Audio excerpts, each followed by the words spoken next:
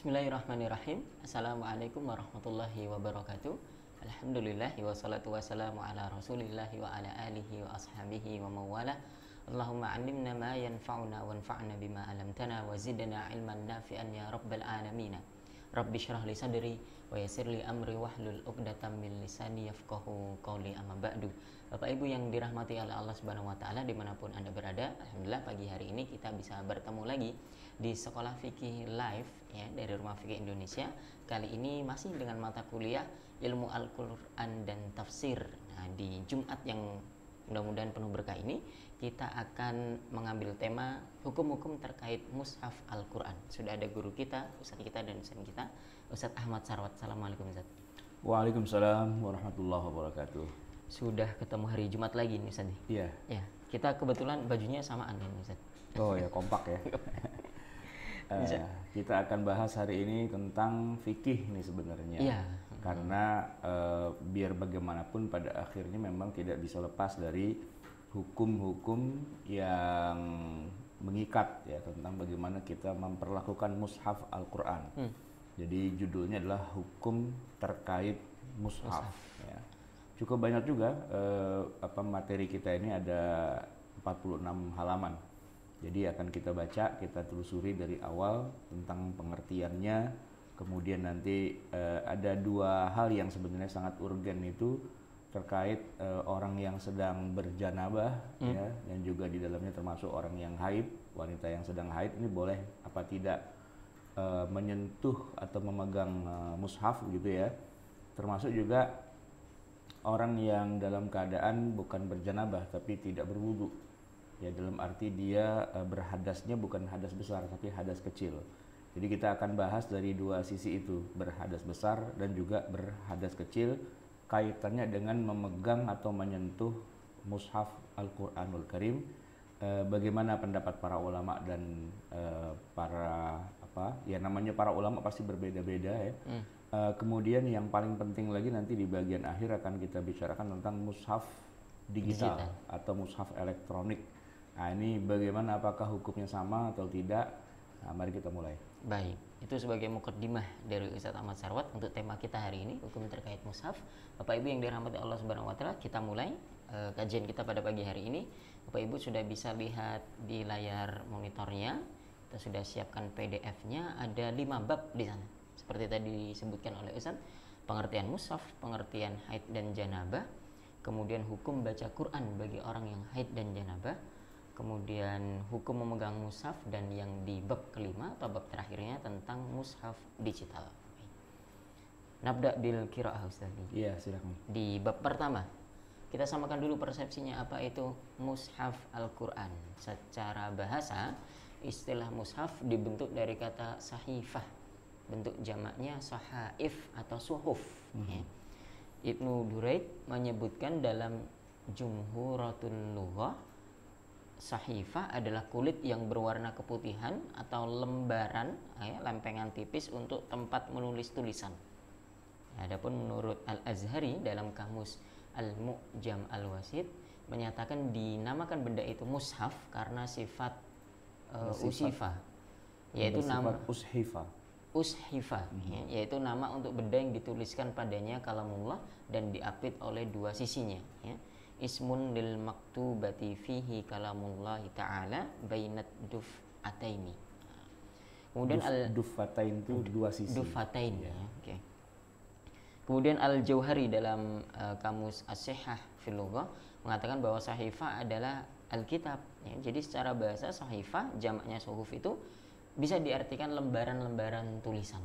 Ya, ini yang awal kita bahas dari segi bahasa dulu, karena begitulah biasanya para ulama. Sebelum bicara satu hal, bicara dulu definisinya, kita sepakati. Nah, definisi itu pasti terdiri dari dua. Pertama, definisi secara bahasa, dan yang kedua, definisi secara istilah. Karena bisa jadi definisi secara bahasa itu tidak sama dengan istilah, maka yang harus kita sepakati di awal adalah kalau menurut istilah, apa sih yang dimaksud dengan mushaf itu sendiri. Itu harus disepakati dulu, paling tidak kita punya beberapa versi, lalu kita mungkin memilih versi yang mana dari pengertian mushaf itu. Nah, yang penting itu adalah yang bagian D, istilah ya. Definisi secara istilah.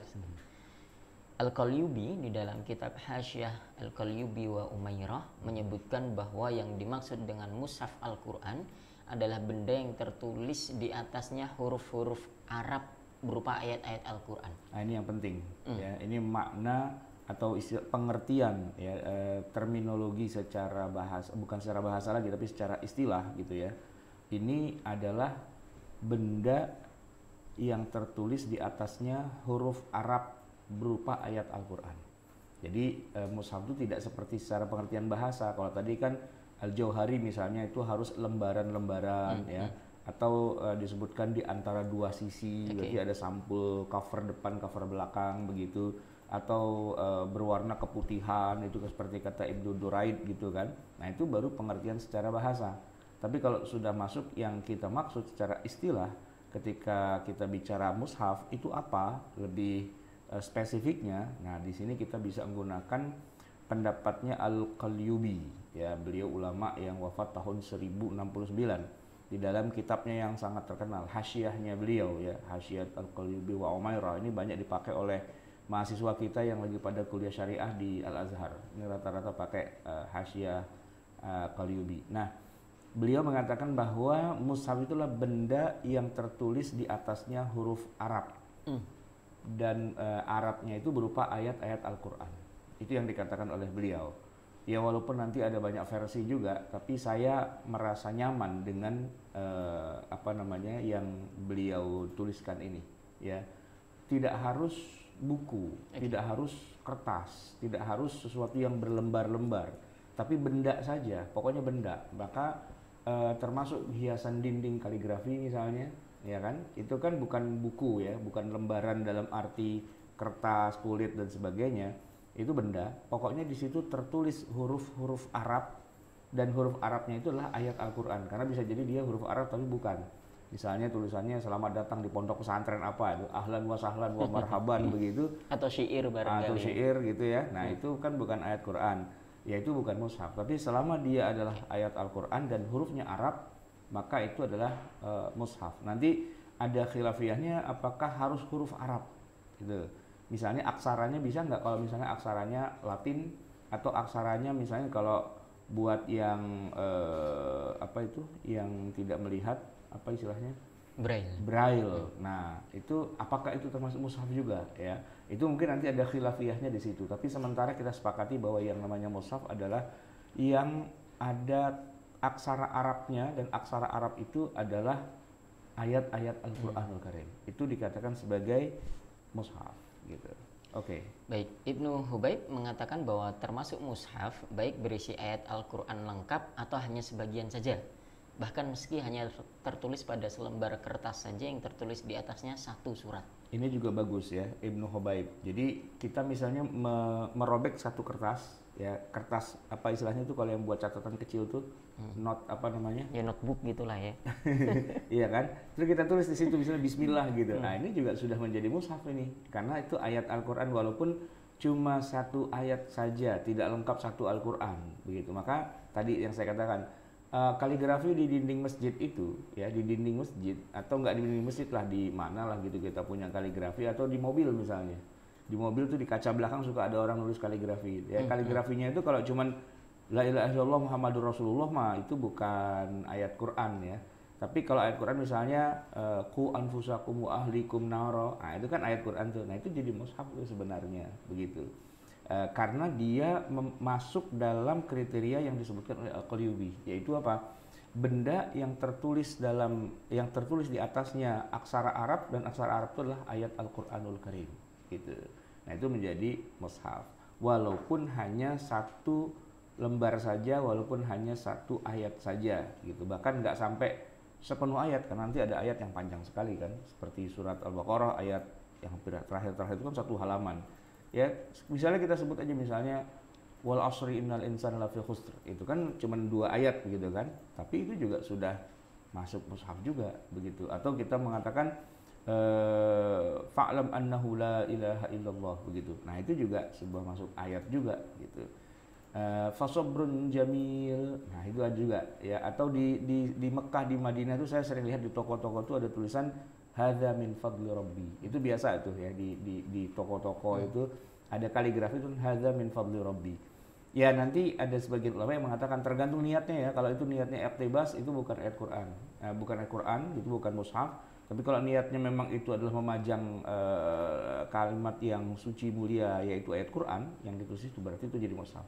Nanti ada juga yang mengatakan itu diniatkan untuk apa begitu. Karena nanti kan ada juga sebagian ulama yang mengatakan bahwa berdoa melafazkan Al-Quran kalau niatnya doa bagi orang yang haid, orang yang berjanabah itu tidak mengapa karena niatnya bukan baca Quran, niatnya hanya berzikir tapi zikirnya mengiktibas dari Al-Quran. Nah, itu juga digunakan untuk kaligrafi. Ketika kaligrafinya tertulis ayat Quran tapi tidak diniatkan sebagai Al-Quran begitu, maka ya itu tidak jadi masalah mengapa gitu ya. Itu ada ikhtilafnya begitu sebagian ulama. Baik. Kita lanjut ke poin yang C, kata mushaf di dalam Al-Quran. Ya. Akar kata mushaf dalam Al-Quran adalah suhuf gitu. Yeah. Dan di dalam Al-Quran kata suhuf dinyatakan 8 kali di 8 ayat. Di mana maknanya adalah lembaran-lembaran kitab-kitab terdahulu sebelum Al-Quran dan catatan amal. Jadi tidak harus yang namanya suhuf itu Al-Quran gitu ya maksudnya. Tapi maknanya adalah kitab atau catatan amal atau lembaran ya. Wa qalu laula ya'tina bi ayatin min rabbih awalam ta'tihim bayyinatu ma fis suhufil ula Suhuf di situ diartikan sebagai kitab-kitab yang terdahulu ya, atau ayat yang amlam yunabba bima fi suhufi Musa. Nah, suhufi Musa, lembaran Musa itu maksudnya adalah ayat-ayat Allah yang turun kepada Nabi Musa gitu ya. Itu adalah kitab suci. Bal yuridu kullu mri'in minhum ay yu'ta suhufan munasyarah. Diberikan kepadanya lembaran-lembaran yang terbuka. Ini bukan Al-Qur'an, bukan kitab suci, tapi maksudnya orang nanti di akhirat setiap orang akan mendapatkan progress report ya, suhuf ya, disebut juga suhuf, lembaran-lembaran. Fi suhufim mukarramah, di dalam kitab yang dimuliakan. Oke. Wa idza suhufu nusyirat. Nah, ini juga catatan amal perbuatan manusia, bukan Al-Qur'an atau kitab suci.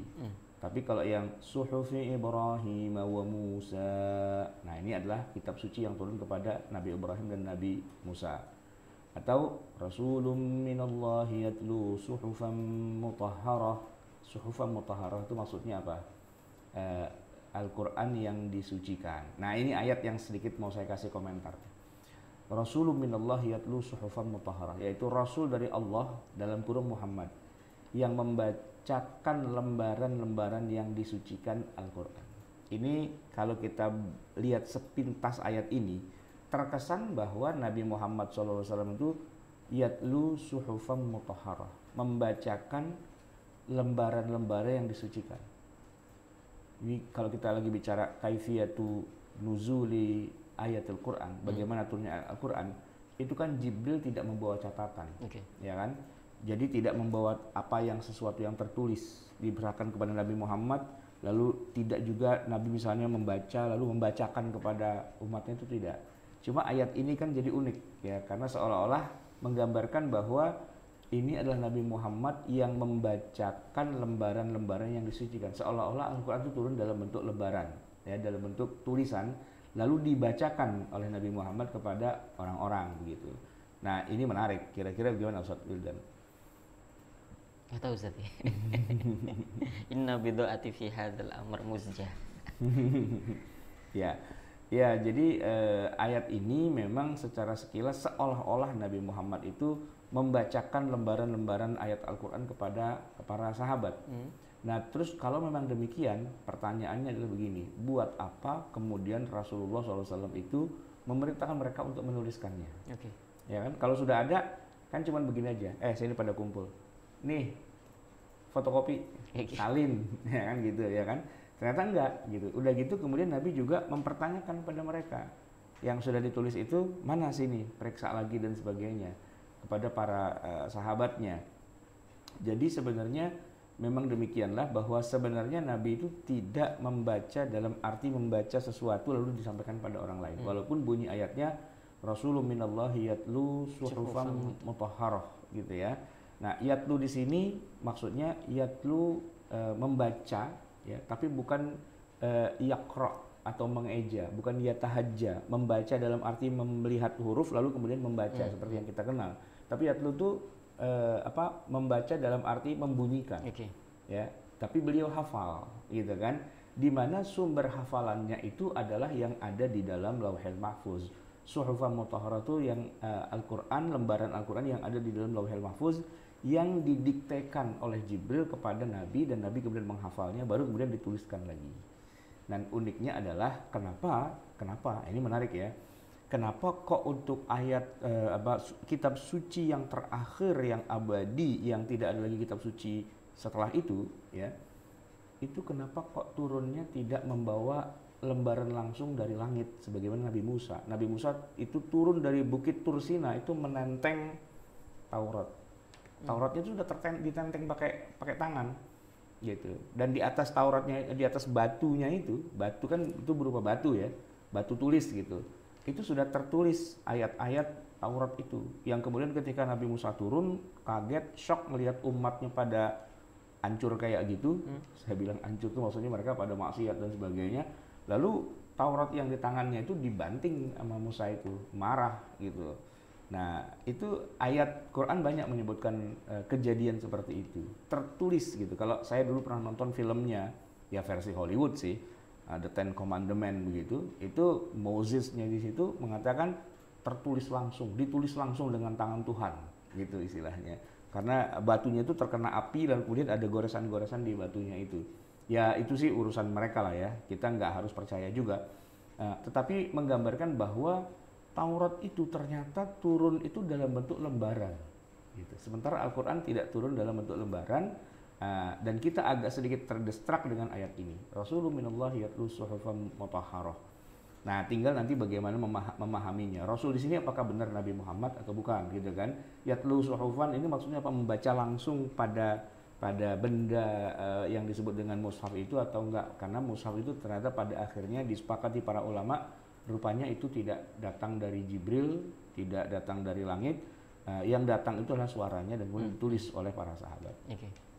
Berarti Al-Quran dan mushaf ini dua hal yang berbeda. Kita bisa membedakan antara dua hal itu, walaupun ya orang sering agak sulit juga membedakannya ya.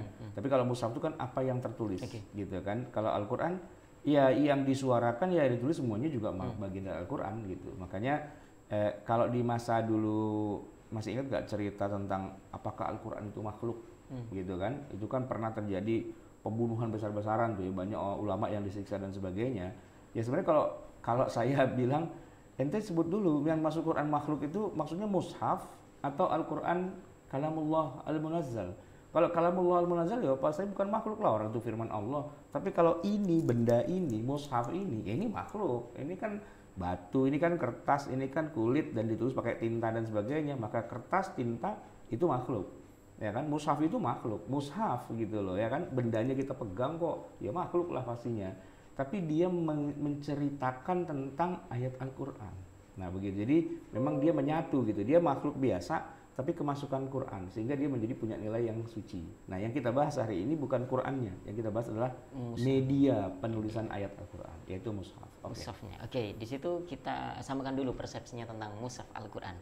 Kita masuk ke bab 2, Bapak Ibu yang dirahmati Allah Subhanahu wa taala, tentang pengertian haid dan janabah. Nah, ini tadi kan kita akan banyak membahas tentang hadas besar dan hadas kecil, kemudian kita kaitkan dengan variabel mushaf Al-Quran. Nah, kita bahas di bab 2-nya ini pengertian haid dan janabah. Pertama soal haid. Ya, nas Al-Quran tentang haid ini banyak sekali. Dalam Al-Quran dijelaskan tentang masalah haid dan bagaimana menyikapinya. Wa yas'alunaka 'anil mahidhi qul huwa adza fa'tazilun nisaa fil mahid wa la taqrabuhunna hatta yathurna fa idza tatahharna fa'tuhunna min haitsu amarakumullah innallaha yuhibbut tawwabina wa yuhibbul mutatahhirin. Yang mereka bertanya kepadamu tentang haid, katakanlah wahai Muhammad, haid itu adalah suatu kotoran. Oleh sebab itu hendaklah kamu menjauhkan diri dari wanita di waktu haid dan janganlah kamu mendekati mereka sebelum mereka bersuci. Apabila mereka telah suci, maka campurilah mereka itu di tempat yang diperintahkan Allah Subhanahu wa taala kepadamu. Sesungguhnya Allah menyukai orang-orang yang bertaubat dan menyukai orang-orang yang mencucikan diri. Ini di Quran surat Al-Baqarah 222. Ini terjemahannya mungkin juga menimbulkan masalah ya, karena kalau antum perhatikan ayat ini diawali dengan yas'alunaka 'anil mahid. Apa makna kata mahid? Kalau menurut terjemahan ini, mereka bertanya kepadamu tentang haid. Beda nggak antara haid dengan mahid? Haid dengan mahid. Apa saja bedanya? Ya haid itu darahnya, ya kan? Tapi kalau mahid itu isim zaman atau isim makan, ya kan? Tempat haid atau masa haid, ya kan? Al-mahid itu bukan haid. Kalau haid ya bahasa Arabnya ya haid, yas'alunaka 'anil haid, kan harusnya begitu, ya kan? Tapi ini bukan haid. Mereka bertanya kepadamu 'anil mahid, tentang al-mahid. Apa al-mahid? Al-mahid itu adalah ada dua kemungkinan. Itu kan isim zaman atau isim makan. Isim zaman, isim makan itu biasanya sama, gitu kan? Seperti zahaba, madhab, begitu kan? La'iba, mal'ab. Mal'ab itu tempat bermain, ya kan? Madhab tempat pergi, begitu. Maqra, ya kan begitu, tempat membaca gitu. Nah, al-mahid itu tempat atau bisa juga maknanya zaman. Nah, mereka bertanya kepadamu tentang tempatnya haid gitu, ya kan? Nah, kemudian jawablah qul huwa. Katakanlah itu, tempat itu ada kotor. Fa'tazilun nisaa fil mahidhi. Maka jauhilah wanita fil mahid. Nah, di sini diterjemahkan sebagai jauhilah diri di waktu haid. Nah, itu berubah jadi isim zaman. Fil mahid, di masa haid atau di tempat haid. Ya, bisa dipakai dua-duanya sih. Ya, fil mahidhi itu artinya pada saat dia sedang haid atau di area di mana keluar haidnya itu sendiri. Ya kan? Nah, kira-kira seperti itu. Tapi ini dasar aja sih secara umum bahwa para wanita itu kalau menurut ayat ini ketika sedang haid itu larangannya adalah wala taqrabuhunna, tidak boleh mencampuri, istilahnya di sini dicampur. Wanita dicampur dengan apa? Dengan air bagaimana? Maksudnya tidak boleh jima, ya kan? Nah, kemudian nanti kita ketemukan juga dalam hadis bahwa Rasulullah SAW bersabda tentang haid. Haid adalah sesuatu yang telah ditetapkan oleh Allah kepada anak-anak wanita Nabi Adam. Nah, kemudian batasannya saya kira ini cuma sekadar aja ya, sekadar permulaannya lah, ya pengantarnya begitu. Batasan haid menurut para ulama adalah kita langsung aja ke yang mazhab Hanafi dan sebagainya. Ini pengertian haid. Namun yanfuduhu rahimum mar'ah salimatin andain wasigharin. Darah yang terlepas dari rahim wanita yang sehat dari penyakit dan juga bukan anak kecil lagi. Ya, atau Maliki mengatakan damun yulqihi rahimun mu'tadin hamluha duna wiladatin. Darah yang dibuang oleh rahim di luar kehamilan dan bukan darah melahirkan. Atau Asy-Syafi'i dalam Al-Khatib Asy-Syirbini itu disebutkan bahwa damu jibillatin yakhruju min aqsa rahimil mar'ah ba'da bulughiha ala sabil as-sihhati min ghairi sababin fi awqatin ma'lumah. Wah, ini lengkap nih, cakep nih. Saya senang dengan Al-Khatib Asy-Syirbini ketika menuliskan definisi haid. Itu luar biasa ya di dalam Mughni Al-Muhtaj itu. Darah yang keluar dari ujung rahim seorang wanita setelah baligh karena keadaannya yang sehat tanpa penyebab tertentu dan keluar pada jadwal waktu yang sudah maklumah, yang sudah dikenal oleh para wanita itu. Ya, maka nanti kalau di luar waktu yang seharusnya itu bisa jadi bukan darah haid, atau kalau karena sakit itu juga bukan darah haid dan sebagainya. Itu panjang lah ya para ulama membahas itu. Al-Buhuti juga mewakili mazhab Hambali juga menyebutkan damu tabi'atin yakhruju ma'as-sihha min ghairi sababi wiladah min qa'rir rahimi ya'tadu unsa idza balagat fi awqatin ma'lumah. Nah, itu kajian fikih fikih taharah gitu ya. Intinya itu adalah haid gitu. Nah, kemudian kita masuk kepada bab janabah. Janabah ini lebih luas dari haid ya, di mana Allah Subhanahu wa taala melarang orang yang sedang dalam keadaan junub itu untuk masuk atau berdiam di dalam masjid. Ya ayyuhalladzina amanu la taqrabus sholata wa antum sukara hatta ta'lamu ma taquluna wa la junuban illa 'abiri sabilin hatta taghtasilu. Ini ayat yang menurut para ulama wabil khusus dalam mazhab Syafi'i ya dimaknai adalah la taqrabu shalah itu la taqrabu dalam arti la tadkhulu wa la tamkuthu fi makanis shalah. Wahai orang yang beriman, janganlah kamu mendekati sholat. Ini unik. Sholat kok nggak boleh didekati, itu maksudnya apa? Kalau la tusolli gitu, janganlah kamu sholat, iya. Tapi kalau la taqrabu as-sholah, janganlah kamu mendekati sholat. Maksudnya orang lagi sholat nggak boleh didekati atau gimana? Gitu kan? Nah, ternyata maknanya ya menurut para ulama di kalangan mazhab Syafi'i, la taqrabu sholah, la taqrabu ay la tadkhulu makanus sholah ay al-masjid. Janganlah kamu masuk ke dalam masjid. Wa antum sukara, kalau kamu lagi mabok ya, hatta ta'lamu ma taquluna wala junuban. Nah, dan orang yang junub itu tidak boleh juga masuk masjid. Cuman ini terjemahannya agak kurang enak nih ya. Jangan pula hampiri masjid. Padahal bukan dihampiri maksudnya. Jangan pula mendiami masjid. Sebenarnya itu makna kalau secara lebih tepatnya ya kan. Ya namanya juga terjemah itu kadang-kadang masih perlu ada semacam penekanan ya ke depannya gitu. Tapi intinya adalah bahwa orang junub itu tidak boleh berdiam di masjid. Saya tidak bilang masuk, tapi berdiam. Bedanya apa? Kalau masuk itu masuk dan kemudian jalan lalu keluar lagi, itu disebutkan illa abiri sabilin, kecuali yang hanya sekedar saja gitu ya. Abiri sabil, ya sabil itu kan jalan, abir itu mampir gitu kan. Nah, illa abiri sabilin, kecuali hanya numpang lewat saja, itu kalau junub atau haid gitu ya, itu nggak apa-apa, terserah aja.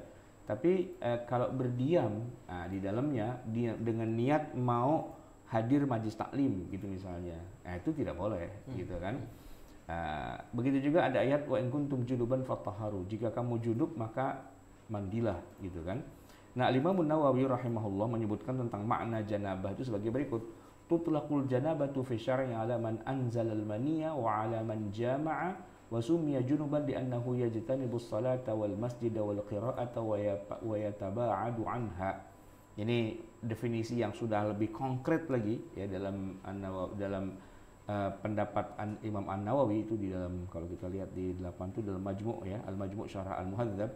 Beliau mengatakan bahwa disebutkan berjanabah itulah orang yang keluar mani, berjima, dan disebut junub karena dia harus menjauhkan diri dari sholat, ya, masjid, membaca Al-Quran dan seterusnya. Jadi tidak boleh dia al-qiraah, membaca Al-Quran, dan juga harus keluar dari masjid dan tidak boleh sholat dan sebagainya. Maka dikatakan sebagai junub. Nah, sebagian ulama nanti di luar mazhab Syafi'i mengatakan bahwa antara haid dengan janabah itu dua hal yang berbeda. Tapi kalau dalam mazhab Syafi'i enggak. Haid itu penyebab janabah. Jadi ada 6 ya penyebab orang itu dikatakan berjanabah. 3 khusus perempuan dan 3 lagi bisa laki-laki dan perempuan. Apa saja itu? Yang pertama adalah kalau yang laki-laki dan perempuan barang itu adalah al-jima' wa khurujul mani wal maut. Ya, melakukan hubungan seksual walaupun tidak keluar mani tapi melakukan hubungan seksual itu berjanabah. Kemudian yang kedua khurujul mani walaupun tidak berjima. Keluar mani saja itu sudah berjanabah. Yang ketiga al-maut, meninggal.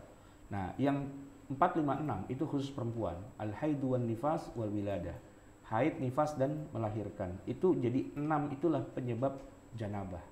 Sehingga hukumnya adalah apa hukumnya orang yang berjanabah atau hadas besar gitu ya. Apa saja yang terlarang dan sebagainya, ini masuk di nomor 2 itu. Silakan untuk baca yang 2. Larangan saat berhadas besar. Adapun apa saja yang dilarang untuk dikerjakan ketika seseorang berhadas besar, antara lain adalah salat, sujud tilawah, tawaf, memegang atau menyentuh mushaf Al-Quran, melafalkannya, serta masuk ke dalam masjid dan berdiam di dalamnya. Berapa itu berarti? Salat, sujud tilawah, tawaf, memegang atau menyentuh mushaf, melafazkannya, serta masuk masjid. 6 ya. Oke, kita bahas satu-satu. Yang pertama salat. Ini ada hadis dari sahabat mulia Abdullah bin Umar yang diriwayatkan oleh Al-Imam Muslim, an Abdullah bin Umar radhiyallahu taala anhuma qala an-nabiy sallallahu alaihi wasallam la tuqbalu salatun bi ghairi tahurin.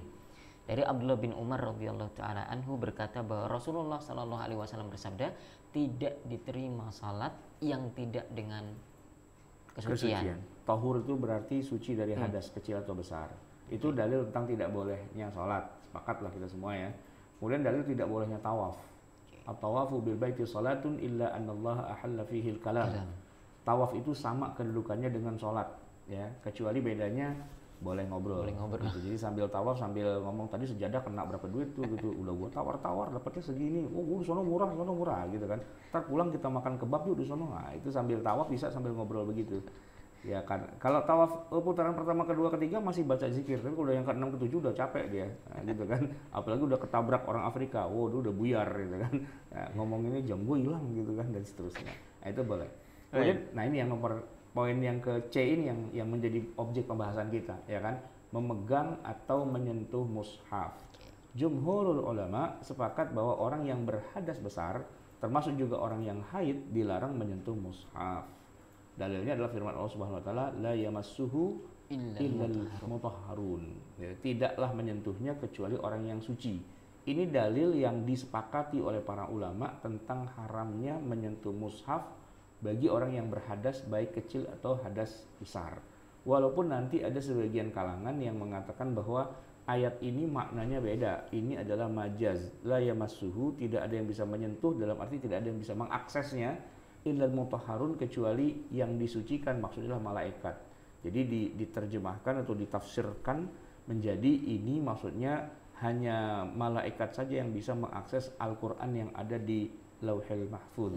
Maksudnya al-mutahharun itu adalah malaikat. Cuman agak kurang ngepasnya adalah ketika dikatakan al-mutahharun. Al-mutahharun kan jamak. Nah, sekarang pertanyaan ini, apakah semua malaikat bisa mengakses Al-Quran yang ada di Lauhil Mahfuz? Ya kan? Lagian yamassu itu maknanya memang bisa jadi dua ya. Massa yamassu itu kan bisa jadi menyentuh secara fisik, tapi juga bisa makna secara majaz gitu ya. Nah, cuma sebelum kita tiba-tiba pindah ke majaz, makna secara hakiki itu lebih utama. Lebih utama makna secara hakiki dulu. Kalau udah nggak bisa diterjemahkan secara hakiki, dimaknai secara hakiki, baru menjadi majaz. Seperti nanti tentang sifat-sifat Allah, misalnya dikatakan Allah itu berlari, Allah itu tertawa, Allah itu tersenyum, Allah itu menangis, Allah itu berduka, Allah itu marah dan sebagainya. Kan nggak mungkin tuh, ya kan? Atau seperti wajah Allah, tangan Allah dan sebagainya. Barulah kemudian mereka menafsirkan secara majaz gitu kan. Tapi selama masih bisa ditafsirkan dengan tafsiran yang lebih real, yang kelihatan, maka sebelum pindah ke majaz, hakiki dulu.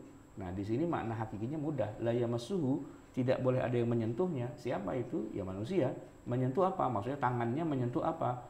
Al-Quran atau mushaf, illal mutahharun, kecuali orang yang disucikan. Siapa itu? Ya mereka yang sudah berwudu atau sudah mandi janabah, bukan orang yang sedang berhadas kecil atau hadas besar. Nah, itu nanti akan sangat dekat dengan hadis berikut ini. Hadis yang diriwayatkan oleh Imam Malik. Iqra. Ini hadisnya menguatkan apa yang kita pahami dari ayat di atas, yaitu hadis An Abdillah bin Abi Bakrin rahimahullah anna fil kitabil ladzi katabahu Rasulullah sallallahu alaihi wasallam li Amrin bin Hazmin alla yamassal Qur'ana illa tahirun. Dari Abdullah bin Abi Bakar bahwa dalam surat yang ditulis oleh Rasulullah sallallahu alaihi wasallam kepada Amr bin Hazm itu tertulis alla yamassal Qur'ana illa tahirun. Janganlah seseorang itu menyentuh Al-Qur'an kecuali dia dalam keadaan suci. Ya, ini nggak mungkin ditafsirkan menjadi yang di Lauhil Mahfuz kan, karena ini surat yang fisik gitu kan, dikirim ya kepada Amr bin Hazm. Ini dari Abdullah bin Abi Bakar gitu ya, meriwayatkan bahwa di dalam surat yang Nabi kirimkan kepada Amr bin Hazm itu ada kata-kata alla yamassal Qur'ana illa tahirun. Janganlah ada orang yang menyentuh Al-Qur'an, mushaf berarti kan, kecuali dia dalam keadaan suci. Ini hadis riwayat Imam Malik nih. Yang menarik memang kalau di masa itu ada larangan tidak boleh membawa mushaf ke daerah musuh. Ketika lagi perang dan sebagainya itu kita nggak boleh bawa mushaf gitu. Bahkan dibawa ke tempat daerah musuh pun tidak boleh. Apa ilat larangannya? Kenapa kok nggak boleh? Takut nanti oleh musuh diperlakukan dengan cara yang tidak mulia. Jadi mushaf itu sangat mulia, jangan sampai nanti dipegang oleh orang kafir gitu ya. Jangan sampai nanti ditaruh di bawah apa segala macam gitu. Karena orang kafir itu kan tidak memuliakan mushaf. Maka sampai ada larangan tidak boleh membawa mushaf ke daerah orang kafir. Nah, begitu. Baik. Kemudian yang berikutnya adalah melafazkan Al-Qur'an yang tidak boleh ya. Tidak boleh. La taqra'ul haidu walal junuba syai'an minal Qur'an. Ini kita nggak akan bahas terlalu dalam karena ini cuman sayap-sayapnya saja ya. Maksudnya ini spin off-nya gitu ya. Wa anna Nabi SAW kana la yahjizuhu syai'un an qiraatil Qur'ani illa janabah. Rasulullah itu selalu membaca Quran, tapi kalau beliau sedang dalam keadaan berjanabah maka beliau tidak akan baca Al-Quran. Kemudian tidak boleh masuk masjid, ya tadi sudah kita bahas ya. Ada hadis juga la uhillul masjida li haidin wala junub. Ini hadis dari Bukhari. Aisyah meriwayatkan bahwa Nabi bersabda, tidak kuhalalkan masjid bagi orang yang junub dan haid. Nah, yang sekarang jadi masalahnya adalah hukum baca Quran bagi orang haid dan janabah. Ini bagian bab 3 ya. Ini yang poinnya. Oke. Ini poin yang akan kita fokuskan. Ya. Umumnya pendapat jumhur atau mayoritas ulama, yaitu mazhab Hanafiyah, kemudian Syafi'iyah, kemudian Hanabilah, mengatakan bahwa membaca Al-Quran itu diharamkan bagi wanita yang sedang haid khususnya atau untuk orang yang berjanabah pada umumnya. Namun kita menemukan ada segelintir pendapat yang membolehkan dengan syarat dan ketentuan, yaitu pendapat dari sebagian ulama dalam mazhab Maliki dan Zahiri. Oke. Ini tulisan ini khas rumah fikih sekali begitu Ustaz. Kita akan bacakan per madhabnya, kemudian kita nukilkan ibarat-ibarat atau teks-teks dari para ulama itu. Yang pertama ini jumhur ulama tadi yang mengatakan haramnya perempuan yang haid atau orang yang junub secara umum untuk membaca Al-Quran. Pertama mazhab Hanafi. Dalam mazhab ini wanita yang haid itu dilarang membaca Al-Quran dengan beberapa ketentuan. Yang pertama, potongan ayat yang bisa dipahami. Haram membaca ayat meskipun hanya sebagian dari potongan satu ayat yang sekiranya merupakan susunan kalimat yang dipahami manusia.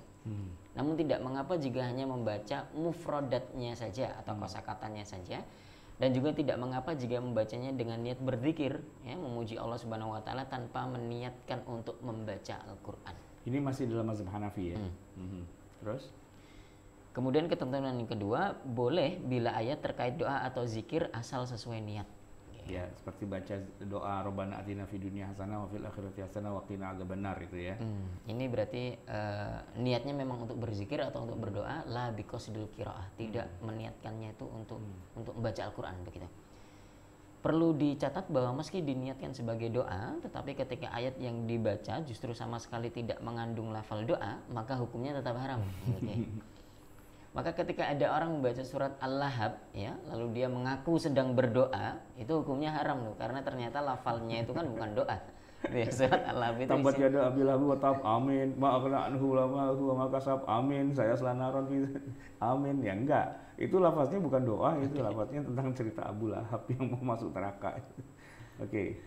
Ketentuan berikutnya, makruh meski sudah dinasakh. Dimakruhkan membaca ayat-ayat Al-Quran yang telah dinasakh atau dihapus bacaannya. Adapun doa kunut, zikir-zikir dan doa-doa lainnya tidak diharamkan membacanya. Jadi ada ayat Quran yang sudah dinasakh.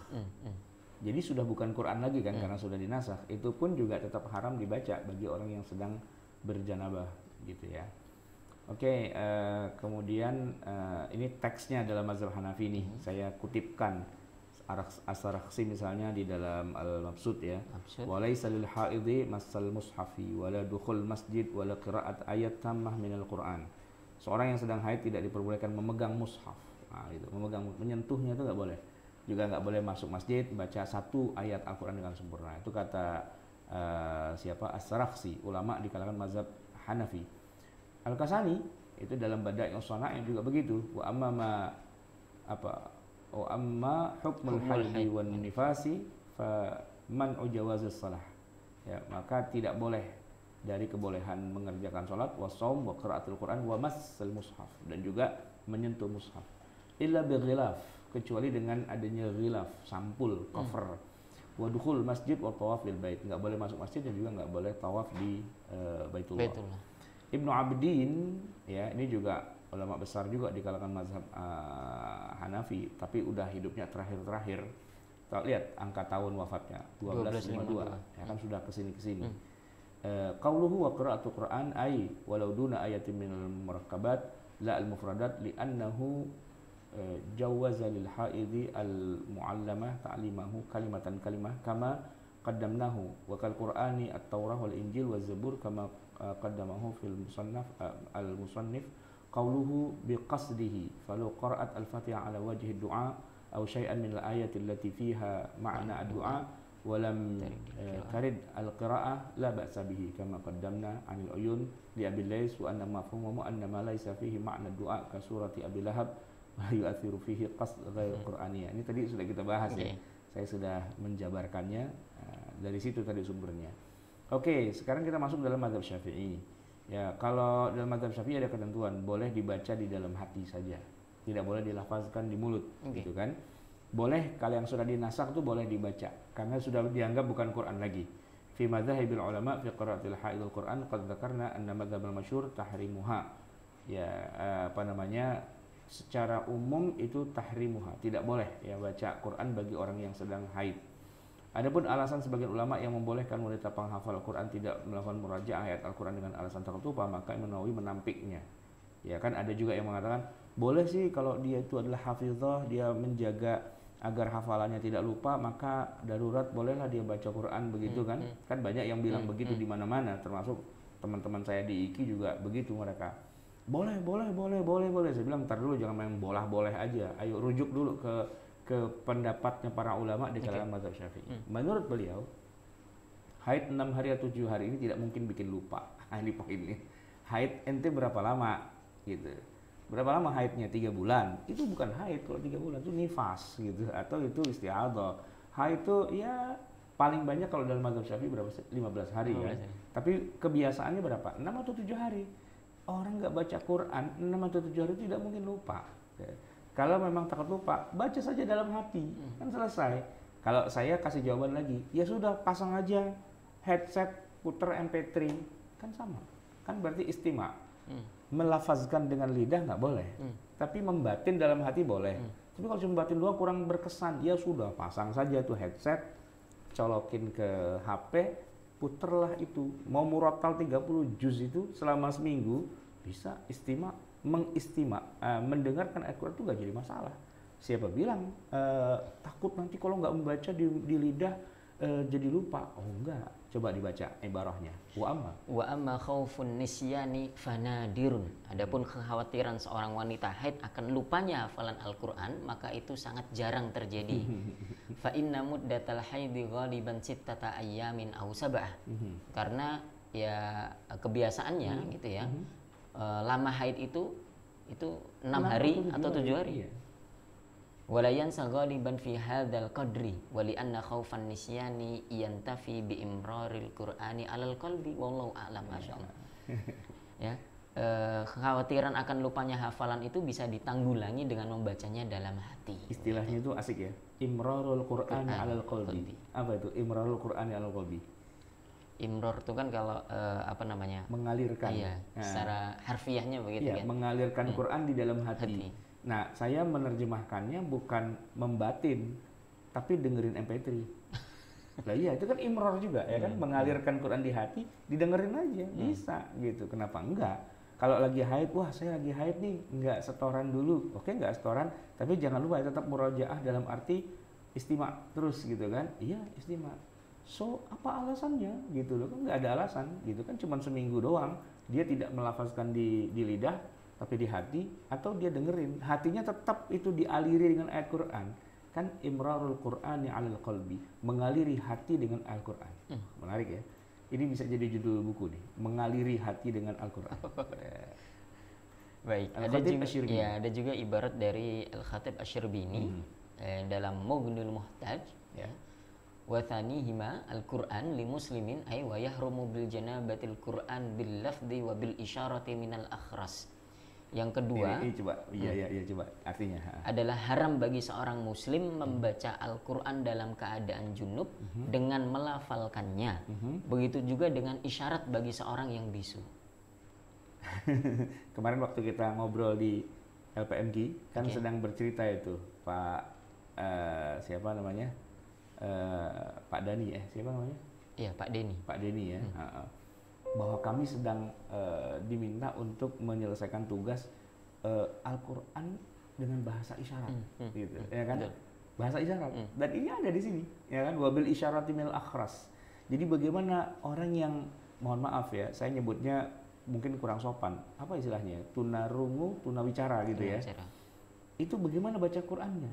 Oh, dengan isyarat katanya. Emang ada bahasa isyarat? Itulah yang sedang kami tahkik atau sedang kami pastikan. Kayak gimana bahasa isyaratnya? Ternyata itu sudah ada di masa lalu, ya kan? Baca Quran dengan isyarat gitu. Bil akhras. Itu haram. Jadi kalau orang itu sedang janub atau dia perempuan lagi haid, itu baca Quran nggak boleh dengan lisan, bahkan dengan isyarat pun tidak boleh. Dengan isyarat tangan apa gitu. Kan memang bahasa isyarat ya. Kalau kita lihat lagi berita itu kan ada orang yang pakai bahasa isyarat gini-gini kan. Nah, itu Quran juga bisa diisyaratkan juga ternyata. Nah, itu tidak boleh juga. Wah, luar biasa ini. Al-Khatib Asy-Syarbini abad ke-10 Hijriah 977 udah bicara tentang baca Quran pakai isyarat. Kama qala al-Qadhi. Nah, silakan. Kama qala al-Qadhi fi fatawihi fa innaha manzilatan nutqihuna. Karena dianggap setara dengan orang melafalkan di lisan. Nah. Walau ba'du ayatin ka harfin lil ikhlali bit ta'zim. Sawaun aku sidama ma'adzalika ghairuha amla wa li hadithi at-Tirmidzi wa ghairihi la yaqra'ul junubu walal haidu syai'an minal Qur'an. Ya, ini kan menarik ya. Oke. Kita lanjut lagi Hambali deh. Hambali itu siapa tokohnya? Ibnu Qudamah. Ada di bawah lagi, scroll terus ke bawah. Oke, mazhab Hambali nomor 3. Dalam mazhab ini, wanita yang sedang haid itu diharamkan membaca Al-Quran baik itu satu ayat atau lebih. Namun jika membaca kalimat yang merupakan potongan dari satu ayat, maka tidaklah mengapa selama ayat tersebut tidak panjang. Begitu pula mengulang-ulanginya, karena membaca sebagian kalimat dari satu ayat tidaklah menunjukkan kemukjizatannya. Oke, kita langsung ke bawahnya lagi Ibnu Qudamah. Kita tampilkan ibaratnya dari Ibnu Qudamah, wafat tahun 620. Salah satu ulama di kalangan mazhab Hambali menuliskan dalam kitabnya Al-Mughni, ya, wala yaqra'ul Qur'ana junubun wala haidun wala nufasa. Ya. Seorang yang junub, wanita yang sedang haid dan yang nifas itu tidak diperbolehkan membaca Al-Qur'an. Wa yahrumu 'alaihim qira'atu ayatin. Dan juga diharamkan bagi mereka itu membaca satu ayat. Fa amma ba'du ayatin fa in kana mimma la yatamayyazu bil Qur'an min ghairihi kat tasmiyah walhamdulillah wa sa'ir dzikr fa in lam yaqsud bihil Qur'an fala ba'sa fa innahu la khilafa fi anna lahum dzikrullahi ta'ala. Adapun boleh membaca sebagian atau potongan dari satu ayat jika tidak bisa membedakan antara Al-Quran dengan selainnya seperti basmalah, hamdalah dan semua zikir, dengan syarat tidak meniatkan membaca Al-Quran. Ya, karena kebolehan berzikir kepada Allah Ta'ala itu tidak ada khilaf di dalamnya. Jadi kalau dia bilang bismillah gitu boleh. Bismillah. Karena bismillah itu memang sih ada di Quran bismillahirrahmanirrahim, tapi dia niatnya bukan baca Quran. Ini bismillah.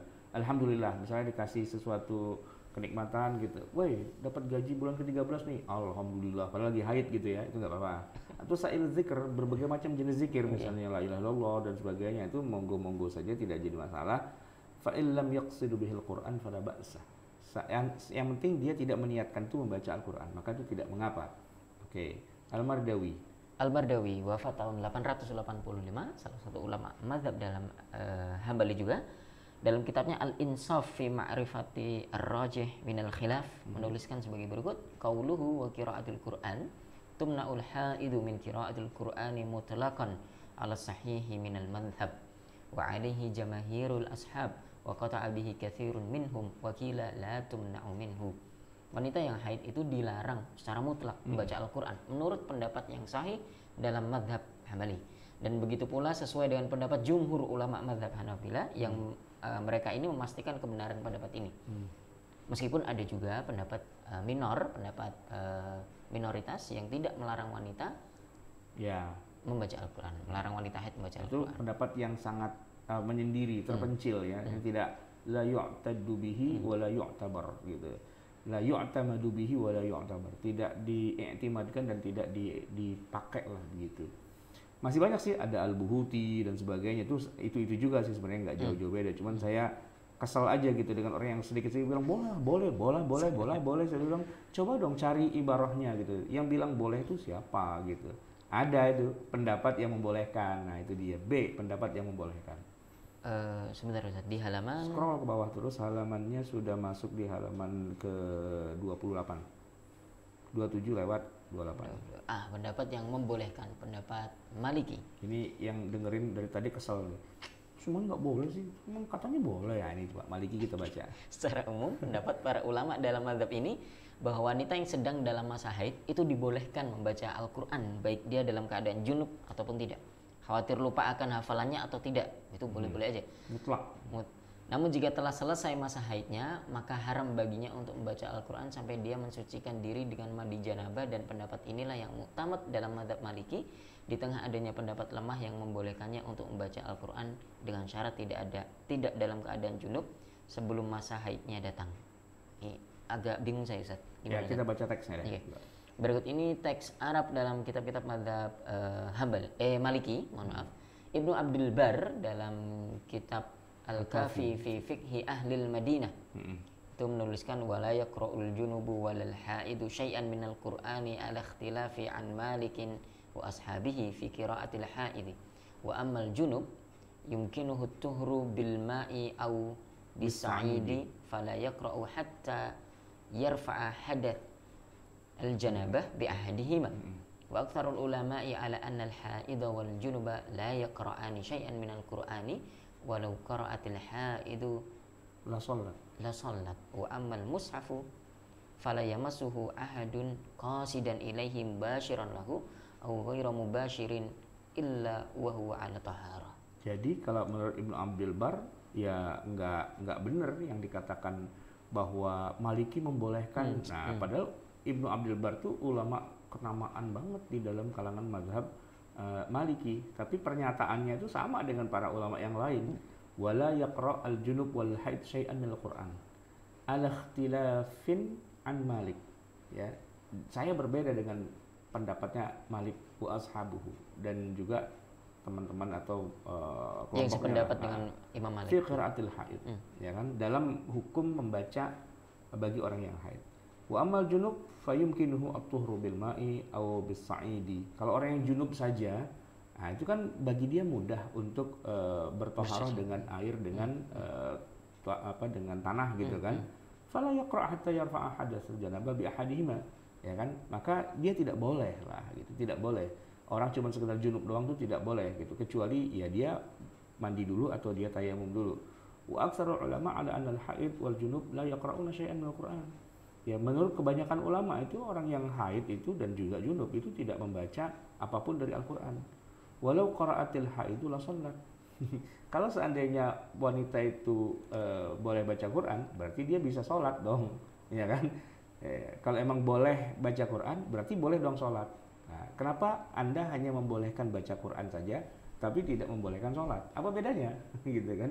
Harusnya ya konsekuen gitu maksudnya. Konsekuen maksudnya apa? Ya kalau sholat nggak boleh, baca Quran nggak boleh, kan sama kedudukan baca Quran dengan sholat itu. Karena sholat itu kan juga di dalamnya baca Quran juga kan, gitu. Wa amal mushaf la yamassu ahadun qasidan ilaihi mubasyiran lahu, dan seterusnya. Oke. Dari apa yang ditulis oleh Ibnu Abdul Bar, beliau menyatakan Imam Malik dan beberapa ulama Malikiyah yang lainnya berbeda pendapat dengan jumhur ulama yang melarang wanita haid membaca Al-Qur'an. Namun dari pernyataan di atas, beliau termasuk ulama Malikiyah yang melarang wanita haid membaca atau menyebut. Jadi Maliki itu tidak sepakat juga. Ya, tidak satu suara. Kan kita coba lihat Al-Qarafi. Ini juga ulama senior di kalangan mazhab Maliki. Ya, dalam kitabnya Az-Zakhirah, beliau mengatakan wa amma jawazul qiraati falima yurwa an Aisyah radhiyallahu taala anha annaha kanat taqra'ul Qur'ana wa hiya haidun wadh-dhahir ittila'uhu alaihi salam wa amma al-man'u faqiyasan 'alal junubi wal farqu lil awwali min wajhaini annal janabata muktasabah wa zamanuha la yatulu bi khilafil haid.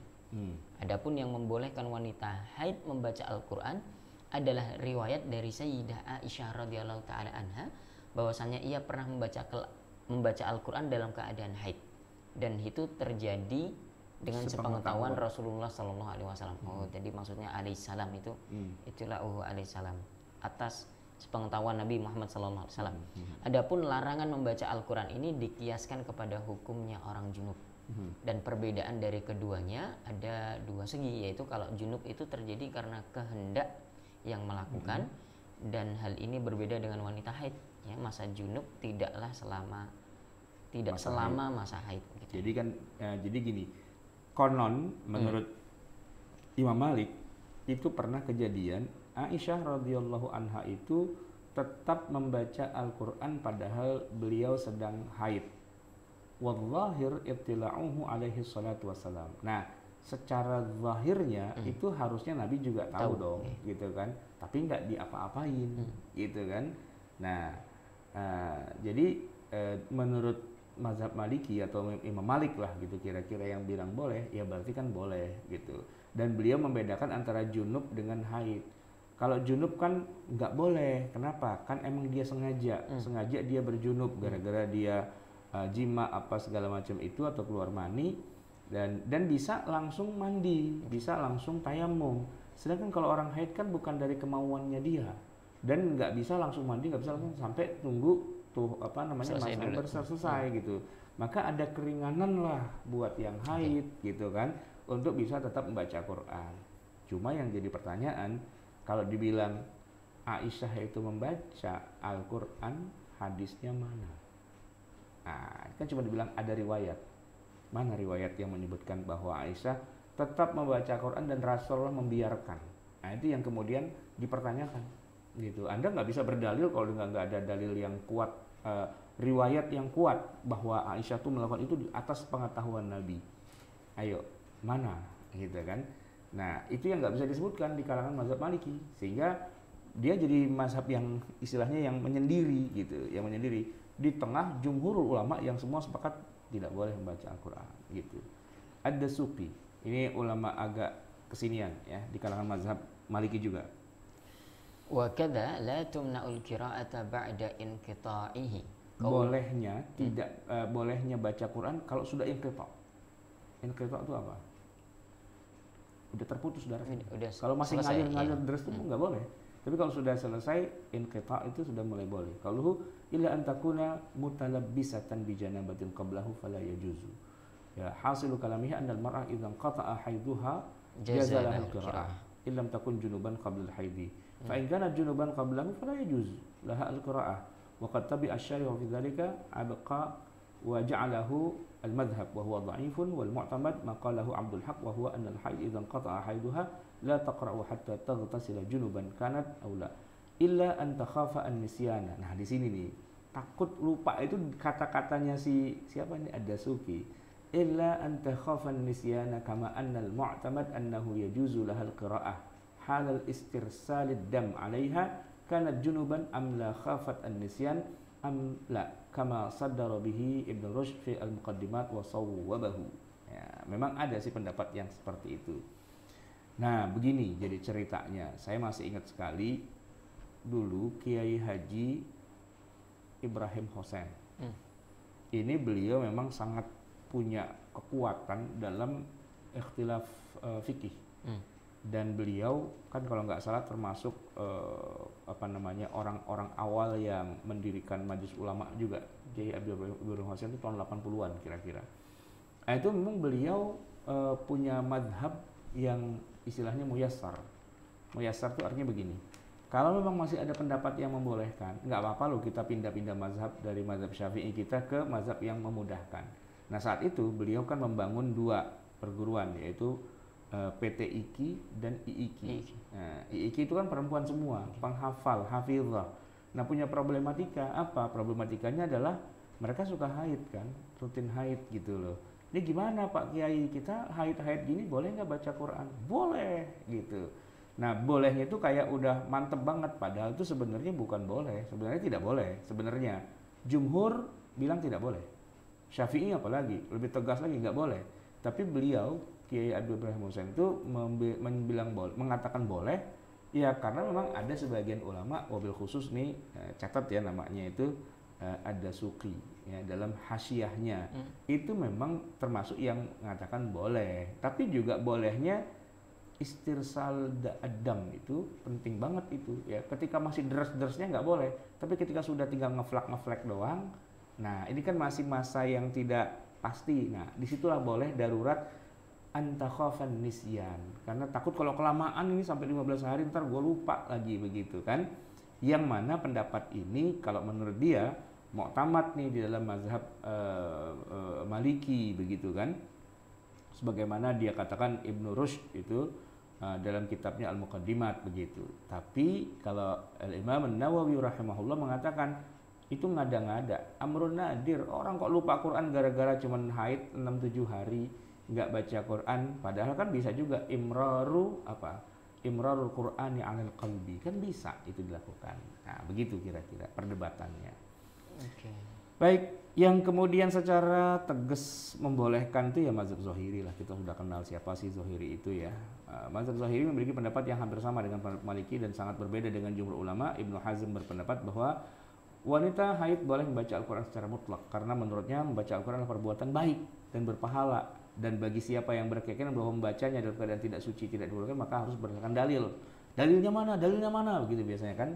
Adapun Al-Quran yang merupakan dalil larangan wanita membaca haid yang berbunyi la yamassuhul mutahharun, itu menurut Ibnu Hazm inilah khabar dan bukan larangan. La yamassuhu ilal mutahharun itu khabar, bukan larangan. Harusnya berbunyi la apa? Yamassu, fi'il nahinya apa? La tamas. La tamas. La tamas ya. Kalau perempuan la tamassanna gitu ya misalnya. Nah, Ibnu Hazm ini yang sebenarnya secara tegas menolak larangan tersebut. Iqra maqalahu Ibnu Hazm. Wa qira'atul Qur'ani was sujudu fihi wa masul mushafi wa dzikrullahi ta'ala jaizun. Kullu dzalika biwudu'in wa bighairi wudu'in walil junubi walil haidi. Burhanu dzalika anna qira'atul Qur'ani was sujudu fihi wa anna qira'atul Qur'ani wa sujuda fihi wa masal mushafi wa dzikrallahi ta'ala af'alu khairin mandubun ilaihi ma'jurun fa'iluha faman idda'a al-man'a fiha fi ba'dil ahwali kulifa an ya'tiya bil burhan. Dalilnya mana?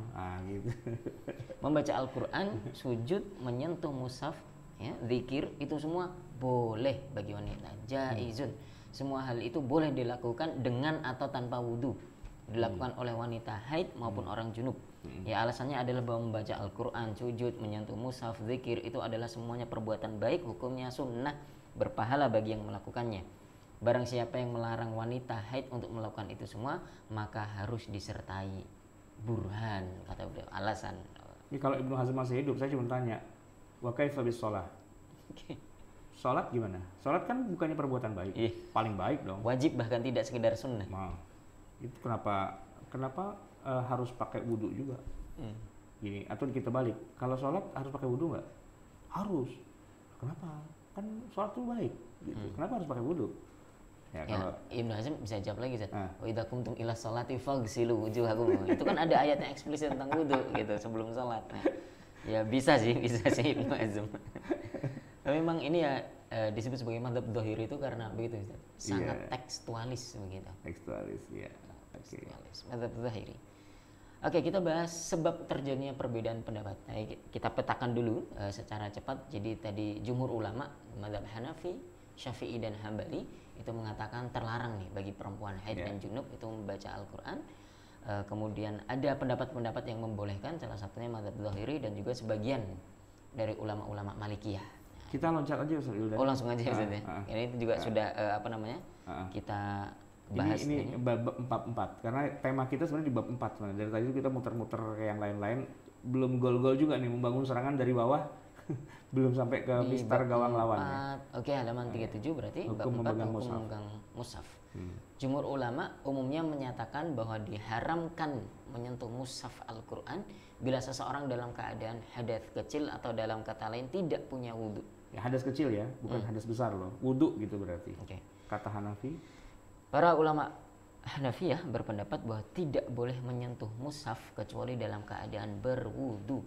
Ini menurut Al-Imam Al-Kasani dalam Bada'i'us Sana'i' fi Tartibi Syara'i' menuliskan falil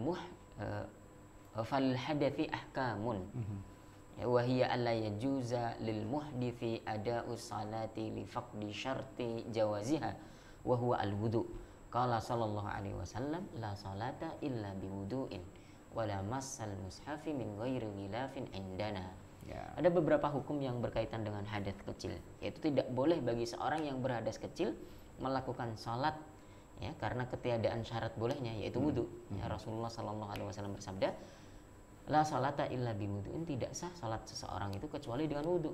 Ya, dan tidak boleh menyentuh mushaf Al-Quran tanpa tempatnya, min ghairi ghilafin. Ya, jadi nggak boleh menyentuh kecuali harus ada ghilafnya. Ada ghilafnya, ada ghilaf tuh perantaranya lah gitu ya, ya. Cover atau penutup gitu ya, ghilaf itu. Oke. Itu kata Al-Kasani ya dalam Bada'i'us Shana'i'. Masih dalam mazhab Hanafi juga Al-Marghinani. Itu dalam kitabnya Al-Hidayah Syarah Bidayah Al-Muqtadi. Wa kadza al-muhdits la yamassal mushaf illa bighilafihi. Tidak boleh pegang mushaf kecuali dengan tempatnya. Ghilaf itu saya terjemahin tempat ya. Ya maksudnya pembungkusnya gitu, dengan kemasannya. Kalau masih ada bungkusannya boleh. Tapi kalau mushafnya langsung sudah nggak boleh. Maliki, Ibnu Abdul Bar dalam kitabnya Al-Kafi fi Fiqhi Ahlil Madinah, wa ammal mushaf fala yamassuhu ahadun qasidan ilaihi mubasyiran lahu aw ghairu mubasyirin illa wa huwa ala taharah. Mushaf tidak boleh disentuh oleh siapapun dengan sengaja, baik secara langsung ataupun tidak, kecuali dalam keadaan suci. Ibnu Abdul Bar ini memang dari awal dia nggak setuju dengan pendapat mazhabnya dia sendiri gitu kan.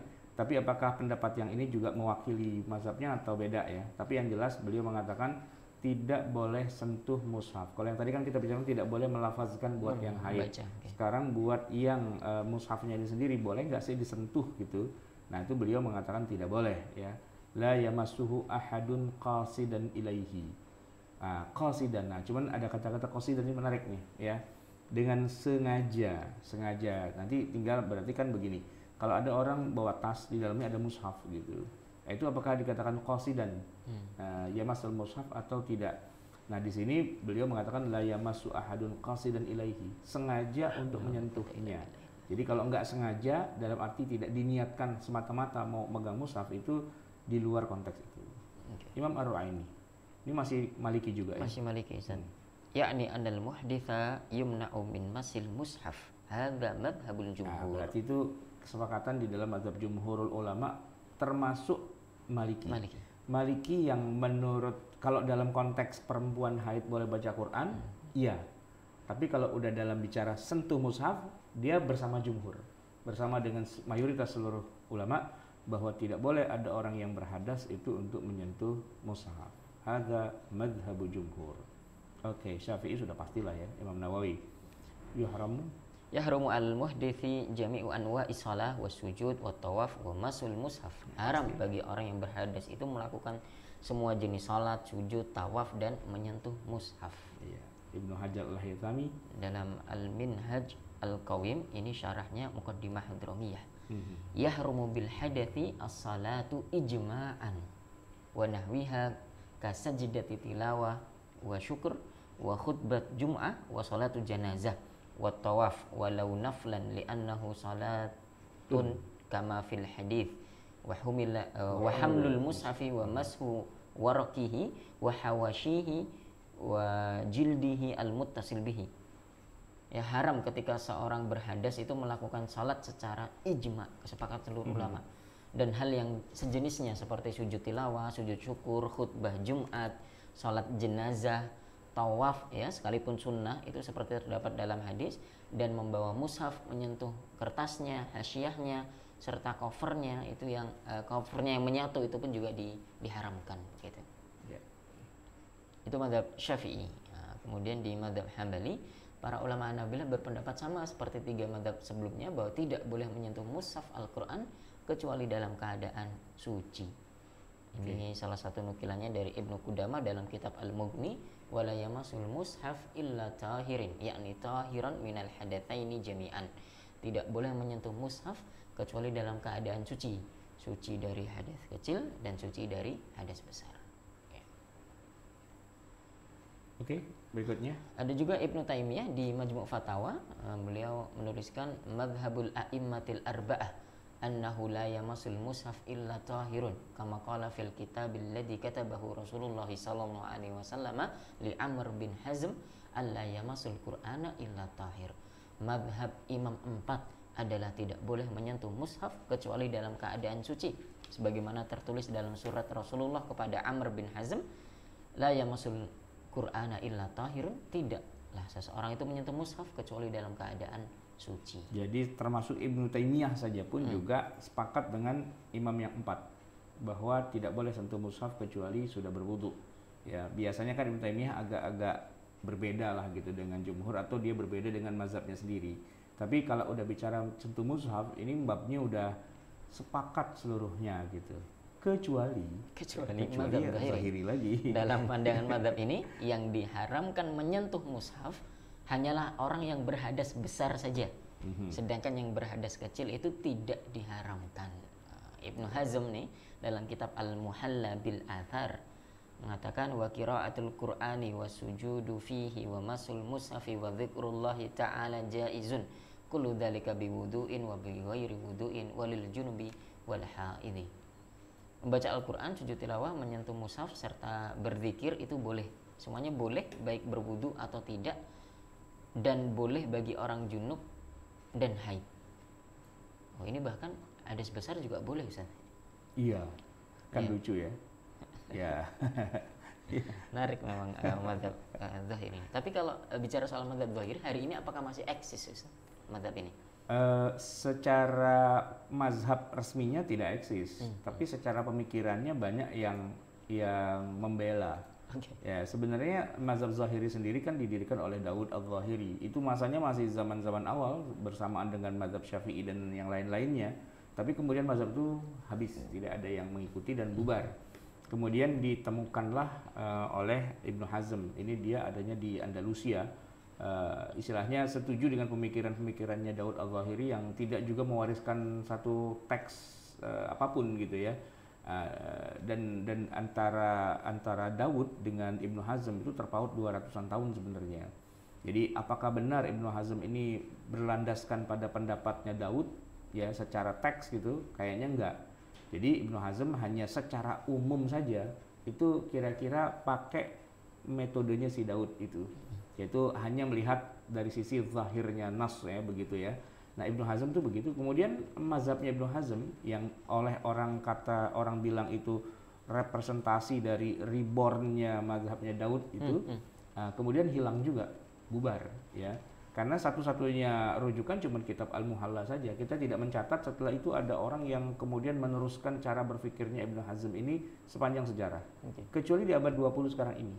Ada sebagian kalangan yang kemudian gayanya tuh gaya Ibnu Hazm, gaya Ibnu Hazm, gaya-gaya tekstualis gitu. Iya, tekstualis gitu. Dan kemudian ketika dia baca Al-Muhalla, kok cocok ya? Akhirnya dia dukung Ibnu Hazm gitu. Sehingga walaupun tidak mengatakan kami ini zahiri, tapi dalam kenyataannya zahiri banget, sebagaimana Ibnu Hazm. Tapi itu sesuatu yang sifatnya kebetulan saja, karena Ibnu Hazm itu tidak punya alur murid sampai ke zaman sekarang. Nah, kalau kita bicara tentang 4 mazhab, dari sejak zaman sebutlah misalnya Imam Syafi'i itu bersambung terus tuh, sambung menyambung menjadi satu, sanadnya sampai hari ini masih nyambung. Jadi kita hari ini masih baca tuh Mukhtasarnya Al-Muzani gitu ya, masih nyambung gitu, semua kitabnya itu masih syarah hasiah dan seterusnya gitu kan. Tapi kalau mazhabnya Daud itu tidak ada rujukan yang sambung menyambung. Ibnu Hazm itu tidak punya kitab yang kemudian disyarah di hasiah, disyarah di hasiah sampai ke sekarang itu nggak ada. Ya semua orang kembali kepada Al-Muhalla secara tidak langsung atau secara loncat begitu saja. Tapi beberapa pemikirannya memang termasuk zahiri ya. Sebenarnya itu saya bilang tidak secara langsung. Kenapa? Karena dia sebenarnya tidak dalam arti kata ingin mendukung mazhab zahiri. Enggak. Cuman dia ingin berpenampilan yang beda dengan orang lain. Khalif tu'raf. Ya, berbedalah kamu akan dikenal, kan begitu ya. Kalau kamu ingin jadi orang yang paling masyhur, gampang. Datang ke Mekah, kencingin sumur Zam-Zam, terkenal Anda gitu kan. Pokoknya kalau kata orang Solo apa orang Jogja, waton bedo, nah, gitu. Yang penting beda. Ya, gitu, asal beda kan? aja lah. Asal beda aja gitu. Di tengah masyarakat yang tidak ngerti agama, wah itu jadi kesannya hebat banget kan. Karena sedikit-sedikit langsung ayat Quran, hadis, dikit-dikit dalilnya mana. Dan ketika dikasih dalilnya tuh zahir banget gitu. Apa adanya banget gitu kan. Sebenarnya sih dengan gaya kayak gitu mudah sekali mematahkannya. Nanti ada pendapat-pendapat yang dia tidak suka, padahal ada dalil zahirnya, itu ternyata juga dia nggak pakai juga. Jadi kalangan ahlul zahir kadang-kadang menentang kezahirannya dia sendiri. Nah gitu, kadang-kadang menentang kezohirannya sih. Jadi kadang-kadang dia juga tidak zohir amat sih. Cuman dalam hal-hal tertentu dia pakai zohirnya, tapi begitu udah pada pendapat yang lain, dia juga tidak konsekuen dengan kezohirannya dia sendiri. Jadi hanya untuk perang aja gitu, hanya untuk berhadapan dengan orang yang dia tidak suka, dia tonjolkan kezohirannya. Tapi nanti di bagian-bagian tertentu dia sebenarnya tidak zohir amat juga. Itu mazhab yang sebenarnya cuma buat gocet-gocetan aja gitu. Dia kadang ke kanan, dia kadang ke kiri, cari-cari celah lah. Yang penting bisa survive gitu, bisa masukin gol bola ke gawang lawan. Sebenarnya cuma itu aja sih kalau saya melihatnya. Oke, kita sekarang masuk ke mushaf digital ya. Atau kita mau buka pertanyaan aja? Kita buka pertanyaan Ustaz ya. Ya, oke. Ya. Kalau barangkali nanti ada pertanyaan dari Bapak Ibu, silahkan menuliskannya di Zoom group chat kita atau bisa langsung angkat tangan supaya nanti kita buka speakernya. Jadi gini Ustadz Wildan, saya ini juga membuat siaran langsung nih di Facebook saya. Jadi kalau Ustadz Wildan buka Facebook, itu kita lagi nongol di situ tuh. Dan silakan yang di Facebook juga kalau mau menyampaikan pertanyaan silakan, jangan cuman Pagurawan hadir, Madura hadir, Pontianak hadir, Hodar hadir, nanya nggak? Oke. Ya, lumayan lah, sudah banyak yang nonton juga nih, ada 109 ya yang nonton. Itu bisa buka Facebook saya juga mungkin. Iya, tapi harus lewat HP ini, Ustaz. Saya bacakan dulu pertanyaan silakan. Di Zoom group chat ya. dari Pak Alzam. Ustadz, secara keseluruhan apakah boleh mengikuti pendapat mazhab Zohiri sedangkan mazhabnya sudah tidak ada? Ya, mazhab Zohiri adalah mazhab yang tidak diakui sebagai mazhab yang resmi. Jadi kita menyebut itu sebagai mazhab dalam arti ya cuman buat apa ya istilahnya, buat lucu-lucuan aja gitu. Kita bilang wah mazhab Zohiri, padahal itu bukan mazhab yang mu'tamad. Kita kan bermazhab itu harus yang resmi. Ibaratnya kalau penceramah itu yang bersertifikat, begitu. Bukan yang abal-abal gitu. Kalau obat tuh ya obat yang terdaftar di POM gitu kan, bukan asal obat-obat aja gitu. Kan banyak juga orang jualan obat di pinggir jalan. Nah ini kira-kira kalau Zohiri ini rada-rada ya tukang obat lah gitu kira-kira. Baik. Pertanyaan yang bagus dari Bu Mutiah Mutahhirah. Assalamualaikum Ustaz. Bagaimana Zoom saya keluar lagi nih Ustaz. Tapi saya hafal pertanyaannya. Bagaimana dengan amanah kami sebagai guru Quran? Nah, ini menjadi masalah. Amanah kami sebagai guru Quran. Kenapa? Mungkin masalahnya kan tadi tidak boleh memegang mushaf kalau sedang haid atau tidak boleh melafalkannya. Nah, padahal beliau sebagai guru Quran nih harus istilahnya mengajari murid-muridnya untuk hafalan Quran atau setoran hafalan begitu. Nah, bagaimana itu? Sederhana sekali ya. Mengajar itu tidak harus mentalqin. Ya kan? Tidak harus mentalqin, tidak harus ikuti ibu guru ya. Iqra bismi rabbikal ladzi khalaq. Tidak harus gitu loh. Karena anak-anak kalau sudah bisa mengeja, misalnya Iqra-nya sudah jilid 6 kan sudah bisa baca. Ya, dia cuma terima setoran kok sebenarnya. Dan ketika anak murid itu nyetor dan bacaannya salah, memperbaiki persuku kata itu tidak masalah. Misalnya dia baca Iqra bismi rabbika, kan salah tuh. Nah, kita boleh memberitahu yang salah dan memberi contoh yang benernya, asalkan tidak menjadi satu kalimat. Iqra, ra. Nah, itu boleh. Tapi nggak boleh Iqra bismi rabbikal ladzi khalaq. Nah, itu kan satu kalimat yang udah lengkap. Nah, itu tidak boleh. Jadi pada bagian-bagian pada bagian yang bukan Quran, bukan begitu ya bahasanya gimana ya? Pada bagian yang tidak bisa dianggap itu sebagai Quran gitu. Jadi pada suku kata, pada kata atau suku kata. Kalau misalnya pada kata Iqra gitu kan, dia bacanya Iqra pakai kaf gitu misalnya. Oh, bu guru bisa mengajar Iqra. Di sini loh, hurufnya ada di sini. Halaq Iqra. Begitu misalnya. Boleh. Tapi nggak boleh melafazkannya lengkap. Nah, itu yang nggak boleh gitu. So, apa masalahnya sebenarnya? Mau mengajar itu apakah harus mengajarkan secara panjang? Enggak, gitu loh. Oke, itu kalau guru Quran dalam arti buat anak kecil. Sekarang kalau guru Quran dalam arti yang udah gede, yang sudah pada tahfiz, ya lebih gampang lagi. Guru tahfiz itu nggak usah ngebacain, ngapain ngebacain? Guru tahfiz itu tinggal terima setoran aja. Kalau salah, salah, gitu kan? Salah, atau dia pakai penggaris tok, nah salah gitu. Asal jangan digetok di jidatnya aja gitu kan. Nah gitu. Apalagi yang mau. Nah iya begitu. Jadi Jadi boleh tetap melafazkan, tapi pada kata atau suku kata, gitu. Pada kata atau suku kata, tapi bukan secara kalimat yang panjang sehingga muncul makna menjadi jumlah mufidah. Jumlah mufidah itu nggak boleh. Ya, atau dalam nas-nas mazhab Syafi'i disebutkan la biqasdil qiraah, tidak dengan maksud untuk meniatkannya itu sebagai qiraah Al-Qur'an begitu. Ya. Dilafalkan boleh asalkan tidak meniatkan sebagai qiraah begitu. Ya. Bapak Ibu, Ustaz Solihin bisa ditampilkan pertanyaan di Zoom grup chat kita. Saya laptopnya agak error tadi. Ini di Facebook ada nih. Ya. Kemudian itu sudah tadi Ibu Mutia yang bawa dari Ibu Yuli ya. Ibu Yuli dulu nih. Maaf Ustadz, kalau menurut mazhab Syafi'i, apakah berzikir lisan, ya, zikir yang tidak berbilang, ya, tidak bergantung waktu dan jumlah, dan ucapan Masya Allah, Subhanallah saat melihat sesuatu juga harus dalam keadaan suci atau berwudu? Zikir mah enggak.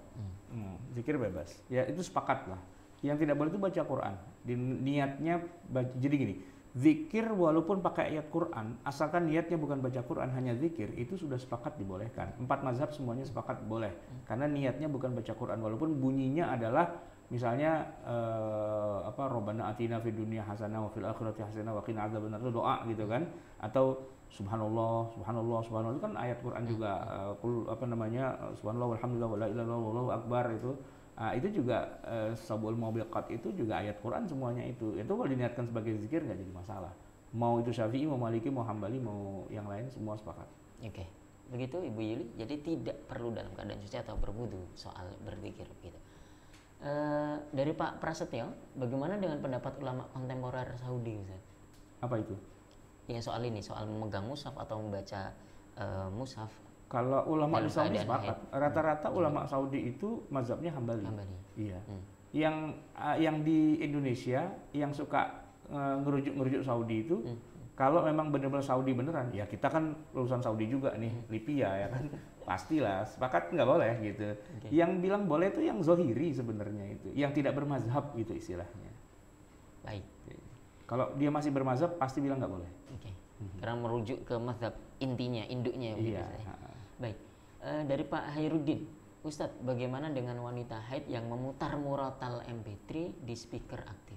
It's okay, it's no problem, silahkan. Karena yang tidak boleh itu melafazkan di lidah atau di tangan. Ya, kalau orang yang tadi kan Quran bahasa isyarat itu ya nggak boleh. Tapi kalau istima, mendengar dan sebagainya, silahkan saja. Itu termasuk imrarul Qur'ani fil qalbi, mengalirkan Quran di dalam hati. Pak Endra Irawan, apakah benar wanita itu boleh memegang mushaf? Ini wanita haid ya maksudnya, boleh memegang mushaf yang ada terjemahannya dan boleh tidak membaca terjemahannya. Apakah baca terjemahannya itu sama dengan baca Al-Quran? Begini, kita bedakan dulu membaca dengan lisan dengan memegang mushaf, itu dua hal yang berbeda ya. Nah, kalau membaca dalam arti lisan terjemahan Quran itu bukan Quran, karena Quran itu bahasa Arab. Oke. Sekarang bagaimana dengan mushaf yang ada terjemahannya? Ada terjemahannya dan ada Arabnya. Nah, berarti kan double tuh ya, Arab dan terjemah. Saya tanya, Quran yang ada terjemahannya, ini saya tanya yang sederhana, itu mushaf atau bukan? Quran yang ada terjemahannya? Quran 30 juz yang ada terjemahannya, itu mushaf atau bukan? Mushaf. Ya sudah, ya mushaf berarti kan. Mau ada terjemahannya, nggak terjemahannya, Anda bilangnya mushaf, ya mushaf berarti kan gitu. Kecuali dia akan menjadi bukan mushaf ketika ada tafsir 15 jilid. Tafsir 15 jilid, ya kan? Arab semua. Saya tanya, itu mushaf atau bukan? Kalau ada ayat Al-Qur'annya, biasanya kan ada tuh di tengahnya begitu. Ya. Mushaf juga kan Ustaz ya? Yang 30 jilid. Mushaf bukan? Atau tafsir Buya Hamka, kita baca satu jilidnya, atau tafsir Kemenak, satu jilidnya itu ada 3 juz tafsir tapi. Saya tanya, ini mushaf atau bukan? Bukan, kita bilang. Ya walaupun ada ayat Qur'annya, tapi bukan. Kenapa? Ya karena kalaupun ada ayat Qur'annya sedikit sekali dibandingkan dengan penjelasannya, walaupun penjelasannya pakai bahasa Arab, ya kan? Karena yang penting bukan Arab atau bukannya, yang penting ayat Qur'an atau bukan. Sehingga perbandingan antara ayat Quran dengan yang bukan itu boleh jadi 1 banding gini. Kalau mau gampangnya ya, 1 juz itu 20 halaman. Oke. Oke. Nah, ternyata kitab tafsir 1 juz itu 200 halaman. Oke, berarti yang mushafnya cuma 20. Yang 180 itu adalah penjelasannya. Berarti kan 1 banding berapa? 1 banding 10. Nah, kalau udah 1 banding 10, bolehlah dibilang bukan mushaf. Tapi kalau terjemahan sebelah kiri, teks Arabnya Quran sebelah kanan, itu kan 50-50 itu, masih 50 banding 50. Berarti masih dibilang mushaf gitu kan. Tapi kalau sudah 1 banding 9, 1 banding 8, itu kan yang satu itu udah kalah lah gitu dengan yang lain-lainnya. Nah, saya secara logika matematika perbandingan kayak gitu ingin mengatakan bahwa kalau kitab tafsir itu bukan mushaf, boleh.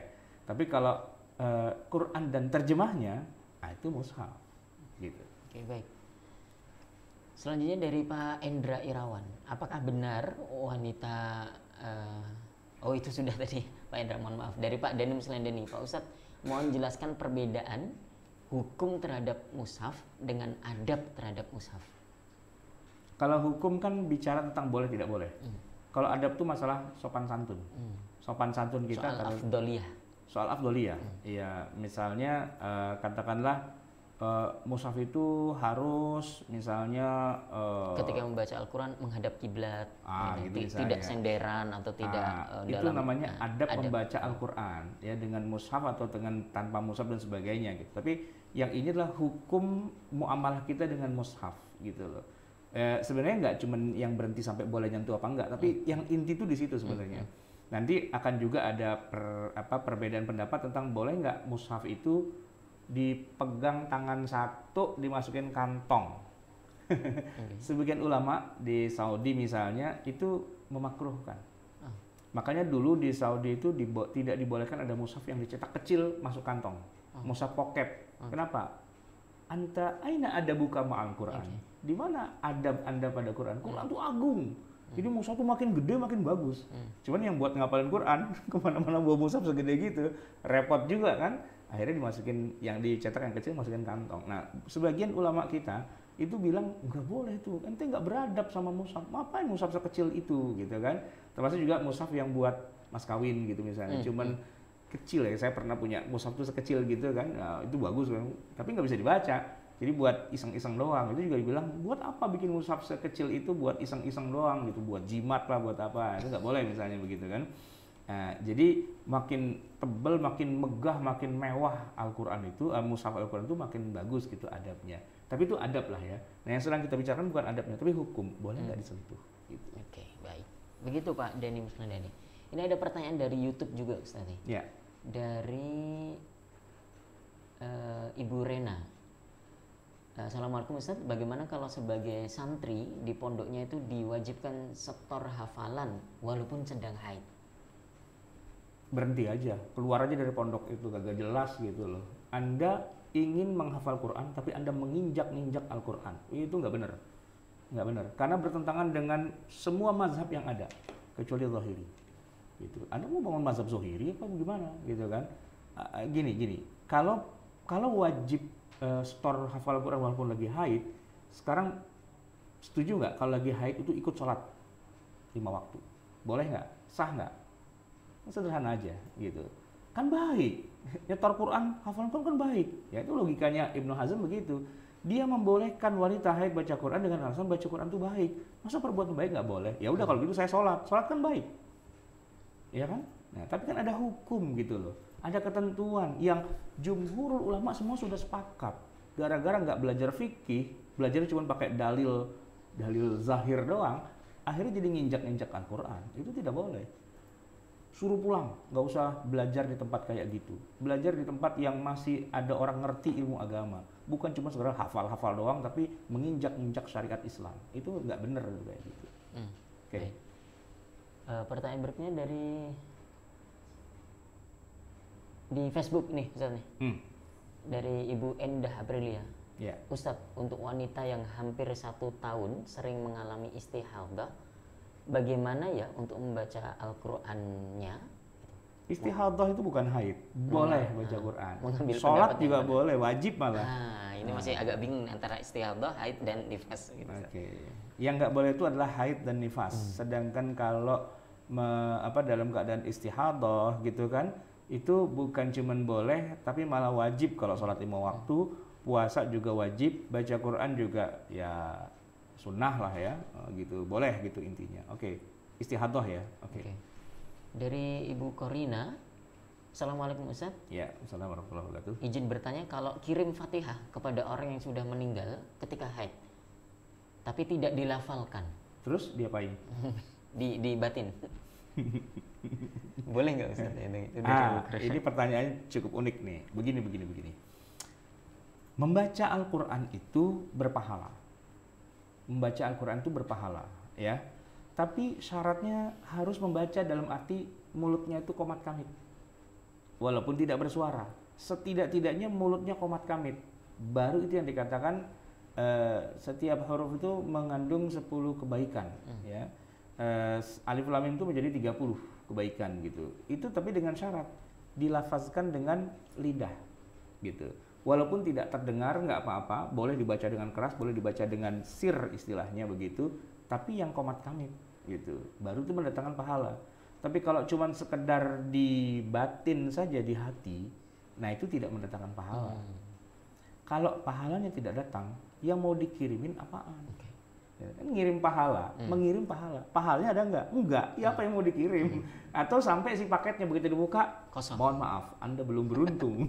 Karena yang ngirim dia juga punya pahala, begitu. So, kalau mau, saya kasih triknya gampang. Panggil saja anak-anak, sini kumpul semua. Pada baca Al-Quran gitu. Fatihah kayak apa dan sebagainya, kirimin buat engkong lu. Nah, gitu. Udah selesai baca, nyok kita pada makan sate. Kan begitu. Jadi kan bisa nyuruh orang lain untuk baca, kirimin ke sana. Jadi nggak harus kita juga. Wah, triknya banyak deh, tenang aja. Baik. Jalan. Ini dari Pak Enif. Wah, Pak Enif nih. Pak Enif, comeback Pak Enif.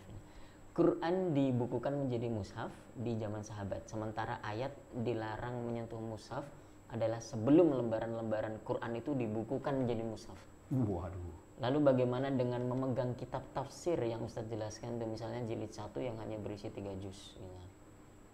Jadi pertanyaannya gimana?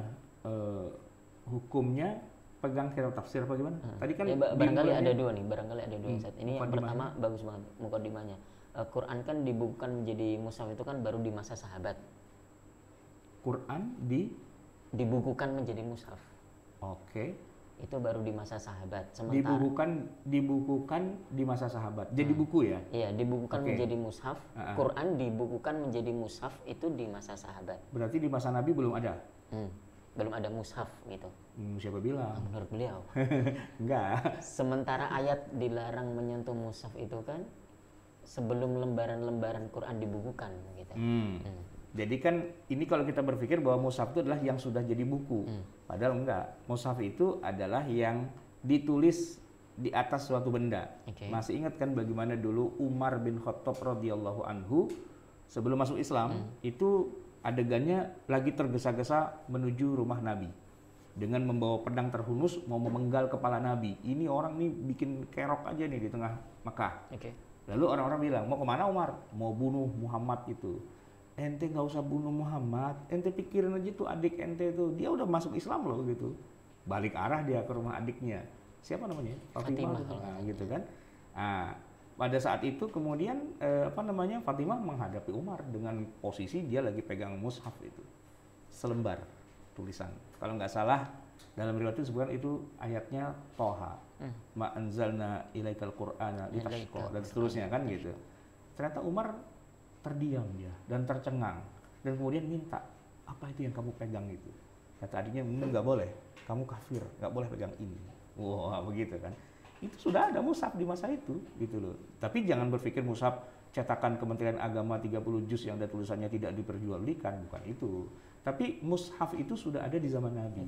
Begitu ayatnya turun, para sahabat kemudian sudah disuruh menulis dan mereka pegang itu. Nah, jadi mereka pegang mushaf itu sudah ada. Ini menarik pertanyaan Pak Enif. Kalau itu tadi termasuk mushaf, padahal tidak utuh satu Al-Quran dan tidak boleh dipegang kecuali dalam keadaan tahir. Lalu bagaimana dengan kitab tafsir yang tadi itu? Jilid 1 itu hanya berisi 3 juz atau berapa juz katakanlah, tidak lengkap satu Al-Quran. Ya begini, kita bicara perbandingan. Ya. kulit yang dipegang oleh Fatimah, adiknya Umar itu isinya hanya ayat Quran walaupun cuma sepotong. Toha ma anzalna ilakal Qur'ana litashqa. Udah gitu doang. Itu mushaf gitu. Sedangkan tafsir tadi misalnya ada 200 halaman. Qur'annya ada, tapi cuma 20 halaman. Berarti secara perbandingan lebih banyak bukan Qur'annya ketimbang Qur'an. Nah, mushaf ya tentu ini ikhtilaf ya, bagaimana kita menganggap suatu benda itu mushaf atau tidak. Ya, sebutlah misalnya kita baca tadi kan buku ya. Jangan buku tafsir deh, agak terdistrak kita. Buku seri fikih kehidupan. 600 halaman. Ya itu buku fikih, ada tulisan pengarang, ada hadis, ada aqwalul fuqaha dan sebagainya, tapi juga ada kutipan ayat Quran. Taruhlah misalnya kalau di persentase ayat Qurannya mungkin ada 5%. Gitu. Nah, buku fikih itu mushaf atau bukan? Gitu loh. Ya kalau semua dihapus tinggal Qurannya doang ya jadi mushaf gitu kan. Tapi kalau udah kecampuran yang lain, berarti kan kadar kemushafannya menjadi turun. Yang tadi selembar karena mushaf semua berarti mushaf 100%. Gitu. Ini kalau kita pakai logika kadar kemushafan gitu kan. Nah, tapi ketika kitab tafsir 9 bagiannya adalah penjelasan, 1 bagian adalah mushaf. Berarti kan kadar kemushafannya tinggal 10% gitu. Jadi kalau ngomong tentang hukum boleh nyentuh apa nggak boleh. Tapi tetap para ulama sepakat bahwa semua kitab-kitab keagamaan, ya ulum al-islamiyah, itu disunnahkan untuk berwudu. Disunnahkan untuk berwudu. Jadi kita pegang kitab tafsir, pegang kitab fikih, pegang kitab hadis, kitab usul, kitab-kitab keagamaan itu kita disunnahkan untuk berwudu memang. Khurujan dari khilaf. Kalau jangan-jangan ini juga mushaf juga kan karena ada ayat Qur'annya. Khurujan dari khilaf kita disuruh berwudu gitu kan. Tapi kalau bicara hukum hitam putihnya, itu bukan mushaf sebenarnya. Begitu kira-kira. Karena kadar kemushafannya tinggal 10%, 5% dan seterusnya. Oke. Baik, pertanyaannya masih banyak ini Ustaz. Ini di Facebook lagi, saya bacakan dari Pak Muhammad Abdurrahim ya. Ustaz izin bertanya, gimana kalau ngikut pendapat Syafi'i tapi waktu baca ataupun ngajar batal terus? Ini nggak tahu maksudnya batal itu apa? Batal wudunya. Oh gitu. Ya kalau begini harus dibedakan antara melafazkan dengan memegang mushaf. Kalau orang sekedar melafazkan Quran, lalu dia kentut, batal kan? Boleh nggak dia baca Quran? Boleh. Yang jadi nggak boleh kalau dia lagi sholat, dia batal, maka sholatnya batal, gitu kan? Tapi kalau baca Quran, baca ya di lidah loh, bukan pegang mushafnya. Baca itu walaupun kita batal, itu it's okay, nggak ada masalah. Nah yang nggak boleh lah ketika kita batal, kita pegang mushaf. Nah itu yang nggak boleh, gitu loh. Jadi kalau guru Quran kan ngajar ya, masa guru Quran nggak hafal Quran sih? Ya harus hafal dong. Kenapa? Ya itu tadi fungsinya. Kalau Anda guru Quran, kok Anda nggak hafal Quran, begitu Anda lagi ngajar, batalnya, jalan terus, nggak ada masalah. Karena nggak harus pegang-pegang mushaf. Tapi oke lah, anggap Anda tidak hafal Quran, ya kan bisa suruh muridnya, coba buka halaman itu tuh. Nah, coba buka. Kan muridnya pegang mushaf. Nah, suruh muridnya aja yang suruh megang mushafnya gitu kan. Nah, tinggal nanti begini, alasan yang bisa dilakukan oleh seorang murid ketika dia hampir dapat giliran suruh maju, ternyata dia nggak siap, dia angkat tangan. Ustadz, kenapa? Saya batal. Mau nggak mau kan dia keluar ke WC. Sambil ke WC dia ngapalin dulu di luar. Biar dia nggak disuruh pegang mushaf gitu. Buka mushafnya. Bentar, saya batal. Oke. Baik, ini pertanyaan dari Pak Farhad Samsuddin. Ini terkait di Rosatul Madzhab, Ustaz. Bagaimana dengan adanya perbedaan pendapat seperti antara Ibnu Qudamah dengan Imam Malik sendiri? Oh, ini maksudnya Ibnu Abdul Bar. Oh iya, Ibnu Abdul Bar bukan Ibnu Qudamah ya. Ibnu Qudamah itu mazhabnya Hambali. Beda. Ibnu Abdul Bar dengan Imam Malik sendiri. Bagi pengikut mazhabnya itu pendapat mana yang lebih baik? Gitu. Bukan yang baik sih. Yang ini kalau baik kan subjektif ya. Enggak. Kalau bicara mu'tamadnya ya karena itu di dalam mazhab Maliki itu memang itu dianggap sebagai mazhab resmi, ya itu resminya begitu. Tapi bahwa seorang imam di dalam satu mazhab dia berbeda dengan pendapat imamnya atau dengan pendapat yang dia mu'tamadkan, itu satu hal yang lumrah dan biasa. Saya kasih contoh misalnya Imam Nawawi rahimahullah. Beliau itu disebut sebagai muhaqqiq mazhab Syafi'i. Jadi kan mazhab Syafi'i itu boleh kita bagi menjadi dua. Ada yang mu'tamad dengan ghair mu'tamad. Yang resmi, official dengan yang tidak. Itu yang punya istilahnya privilege untuk menentukan, ya ini pendapat resmi, ini tidak, ini resmi, ini tidak, gitu kan. Itu salah satunya adalah Imam An-Nawawi. Nah, Imam An-Nawawi itu kalau kita baca kitab Al-Majmu'-nya itu unik banget. Ketika dia mengatakan, oke, ini adalah pendapat resmi mazhab Syafi'i, tapi saya berbeda. Nah, itu kita sebut dengan istilah mukhtarat Al-Imam An-Nawawi. Jadi Imam Nawawi bicara profesional nih. Oke, pendapat ini pendapat resmi, official, mu'tamad mazhab Syafi'i. Itu pendapatnya beliau secara profesional. Tapi kalau saya pribadi, saya kurang setuju dengan pendapat itu.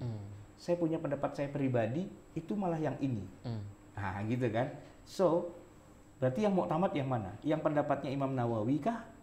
Yang pribadi? Atau pendapatnya dia yang sifatnya profesional? Yang mu'tamad yang profesional. Yang boleh jadi dia sendiri malah nggak setuju. Asik kan? Seru banget gitu kan? Bahwa seorang hakim, dia bisa saja tidak setuju dengan pendapat, penilaiannya dia sendiri sebagai tugasnya sebagai orang yang melakukan penelitian. Hasil penelitian resminya begini. Tapi saya pribadi, saya malah nggak setuju dengan hasil itu. Kan unik ya. Sedemikian rupa profesionalisme yang dilakukan oleh para ulama. Mereka bisa bekerja istilahnya dengan, ya dengan, kalau kayak kita zaman sekarang tuh istilahnya begini, saya anggota Majelis Ulama. Misalnya gitu ya kan. Nah, kita harus bikin keputusan atas nama lembaga. Lalu diketoklah palu, jreng, saya ketuanya. Gitu. Tapi sebenarnya saya nggak setuju dengan pendapat itu, gitu. Kalau pendapat saya pribadi ke sini, bukan ke situ, gitu.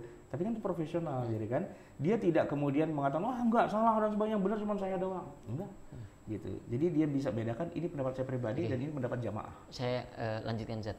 Itu katakanlah bagi Imam Nawawi sendiri untuk tidak sependapat dengan pendapat madhab itu boleh, karena memang beliau punya kapabilitas, beliau punya keahlian di bidang itu. Masalahnya di kita nih Zat. Kita ini apakah harus ikut resmi pendapat mu'tamad madhab, apa kita boleh memilih mukhtaratnya, ikhtiaratnya Imam Nawawi. Nah itu. Jadi kita berubah ya, ilmu Al-Quran dan Tafsir menjadi dirasah madzhab. Oke, begini, kalau buat kita orang awam, sebenarnya sih kita ikut pendapat yang kita pelajari saja. Karena kita kan tidak masuk ke lembah di mana pertarungan antar pendapat itu terjadi, gitu kan. Jadi tidak harus gitu. Jadi saya ikut yang mana nih? Sekarang, ente ngaji fikih, iya. Pakai kitab apa? Oh, pakai kitab apa misalnya? Sebutlah misalnya kitab yang paling dasar lah, misalnya Fathul Qorib gitu kan. Ya sudah, pakai yang kamu pelajari itu. Di Fathul Qorib dibilang apa? Begitu. Ya udah begitu, gitu kan. Terus nanti naik ke atas, oh pakai misalnya Al-Hisni itu apa nih, Kifayatul Akhyar gitu. Kok ternyata beda lagi ya? Saya boleh dong pindah? Ya boleh, karena Anda belajar itu. Yang sudah Anda pelajari, boleh Anda pakai. Yang belum Anda pelajari, jangan dipakai. Boleh nggak saya baca Quran pakai qiraatnya Warash? Boleh nggak? Anda belajar? Enggak? Ya nggak boleh. Orang nggak belajar kok tiba-tiba pakai, gimana ceritanya? Gitu. Anda hanya boleh baca Quran dengan riwayat Nafi', Qalun, Waras, apapun lah dan sebagainya, silahkan. Tapi Anda sudah belajar belum? Kalau Anda sudah belajar, Anda boleh pakai. Kalau Anda belum belajar, ngapain pakai-pakai yang Anda nggak pelajari? Kan begitu. Belajar nggak? Nah, gitu aja sederhananya. Gitu. Baik, Ustazi. Ini kalau kita teruskan, insya Allah jam 7 ya? Selesainya besok. Tapi enggak apa-apa, ini beberapa pertanyaan lagi lah saya pilih sebelum kita tepat, sebelum jam 7 begitu saja. Dari Pak Ahmad MZ. Kalau Quran dalam bentuk aplikasi di HP, apakah itu bisa dianggap sebagai, apakah harus suci, katakanlah begitu Ustaz? Nah itu dia, bab 5 mushaf digital. Apa kita bahas besok atau gimana nih? Agak panjang juga, tapi kalau mau saya persingkat sih bisa. Ya begini, ada sebagian ulama, mau kontemporer pasti kan, misalnya Syekh Abdul Aziz Muizz, ya, Muhammad Ali Firqaus itu berfatwa bahwa dalam masalah mushaf elektronik, sebagaimana tertuang dalam situsnya, dia mengatakan begini, bila mushaf elektronik itu punya sifat yang beberapa sifat mushaf kertas dalam susunan dan hurufnya itu, secara keadaan tidak bisa diambil hukum mushaf kertas kecuali bila softwarenya diaktifkan, lalu nampaklah ayat Al-Quran yang tersimpan di dalam memorinya. Ketika diaktifkan, maka hukumnya menjadi mushaf. Ini kata sebagian orang. Saya agak sedikit setuju nih dengan pendapat ini karena ya ketika dimatikan tidak ada mushafnya, ketika dihidupkan jadi mushaf. Maka ini unik, mushaf on off gitu. On off, begitu di onin dia keluar ayat Qur'annya. Ya jadi hukumnya jadi mushaf. Berarti kita harus punya wudu. Harus punya wudu. Minimal waktu kita kebet itu ya itu harus punya wudu kan begitu kan. Tapi kalau kita off, matikan atau ganti program yang lain, aplikasi yang lain, kan dia sudah bukan mushaf. Dia adanya cuma di dalam memori saja. Jadi ketika memorinya diaktifkan, dia jadi mushaf. Ketika memori tidak diaktifkan, dia tidak jadi mushaf. Gitu. Itu pendapat salah satu ulama juga gitu ya. Dr. Rabih bin Ahmad Darfur itu juga dalam websitenya menuliskan, mushaf elektronik meski tidak bisa dibayangkan bagaimana kita menyentuhnya sebagaimana pada mushaf kertas dengan cara menyentuh kertas dan hurufnya secara langsung tanpa penghalang, yang terlihat pada layar hanya sebatas sinyal elektris berupa sumbernya dari software. Nah ini kalau dia punya pendapat berbeda, tidak bisa tampil kecuali proyeksinya saja, dan menyentuh layar kaca tidak bisa dianggap menyentuh mushaf itu sendiri. Kenapa? Kan ada kacanya, ada formikanya, ada apa glass, apa namanya, Gorilla Glass atau apa istilahnya kan. Nah kan nggak kertasnya, ibarat itu gini. Ini sama dengan ghilaf tadi itu ya. Ghilaf transparan. Nah kan mushaf nih, ya mushaf. Lalu kita ambil plastik atau kita ambil formika, kita taruh di atasnya, kan tembus pandang tuh. Lalu kita pegang, boleh nggak? Kan ada ghilaf, walaupun ghilafnya nggak kebayang kalau di masa Nabi, ghilaf kok transparan gitu. Ambil kaca, ambil formika, ambil apa sih namanya, akrilik ya kan. Nah itu kan kita pakai, atau kalau HP itu kan dia ada lapisan yang kita beli itu buat anti gores apa segala macam. Nah kalau menurut pendapat yang kedua ini, dengan adanya anti gores berarti Anda tidak menyentuh, gitu kan. Kalau pendapat pertama, enggak, itu mushaf. Kenapa? Ya karena itu realnya emang di kacanya itulah ada mushafnya. Itu kan beda-beda berarti kan.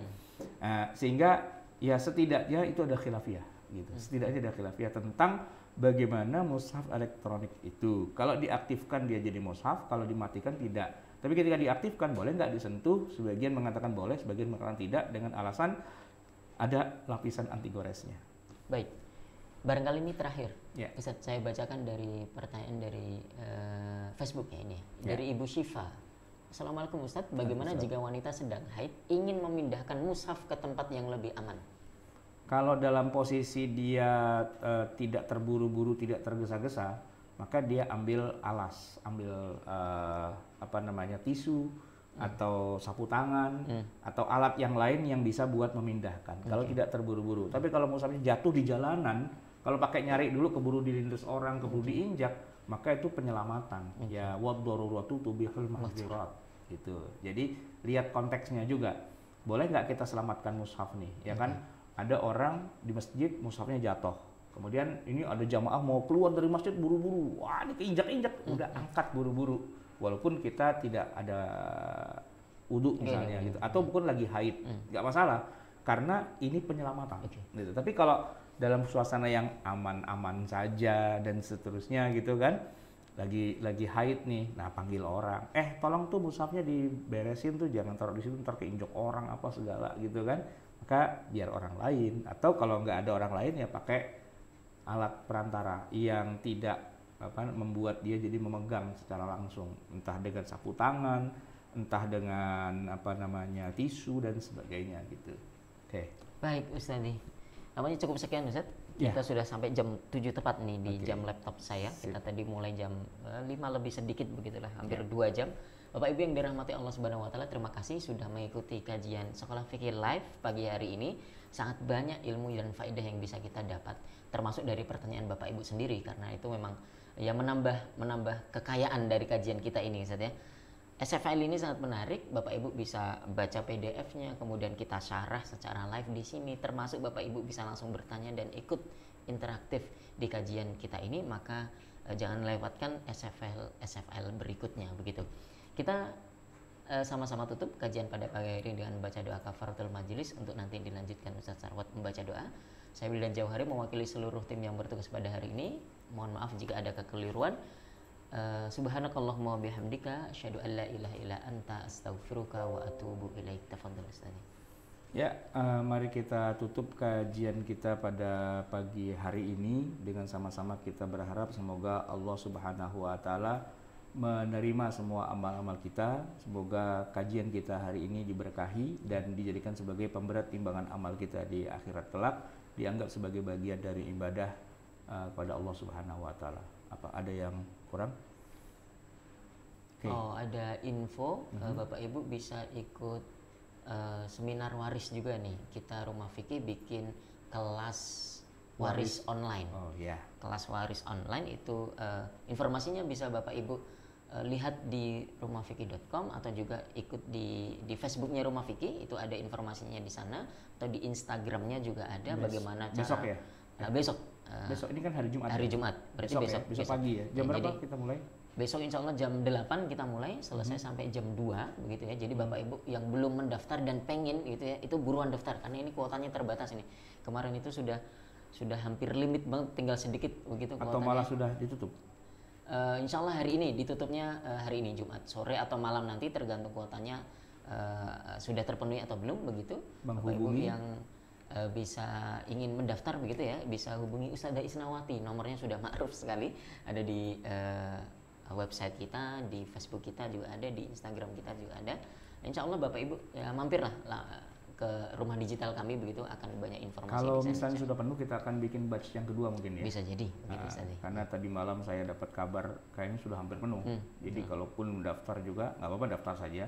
Nah, tidak harus besok, mungkin minggu depan akan kita bikin yang kedua ya, gelombang yang kedua. Bisa jadi begitu. Baik, mari kita tutup dengan baca Alhamdulillahirabbil alamin, hamdan yuwafi ni'amahu wa yukafi'u mazidah, ya rabbana lakal hamdu wa lakas syukru kama yanbaghi li jalali wajhika wa li'azimi sultanik. Allahumma shalli wa sallim wa barik ala sayyidina Muhammadin wa ala ali sayyidina Muhammad. Rabbana anfa'na bima 'allamtana, rabbi 'allimna alladhi yanfa'una, rabbi faqihna wa faqih ahlana wa qarabatin lana fi dinina ma ahli al-kutri untha wa dzakar. Rabbi wafiqna wa fikum lima tartadi qawlan wa fi'lan karama warzuqil kulla halalan daima wa akhil atqiya ulama nahza bil khair wa nukfa kulla syarr. Rabbana aslih lana kulla syu'un wa aqirra bir ridha minkal 'uyun waqdi anna rabbana kullad duyun qabla an ta'tiyana rusul manun waghfir waskur anta akraman satar wa salatullahi taghshal mustafa man ilal haqqi da'ana wal wafa bikitabin fi nasi shifa wa 'alal alil kirami syurafa wa 'alas sahbil masabihil ghurar.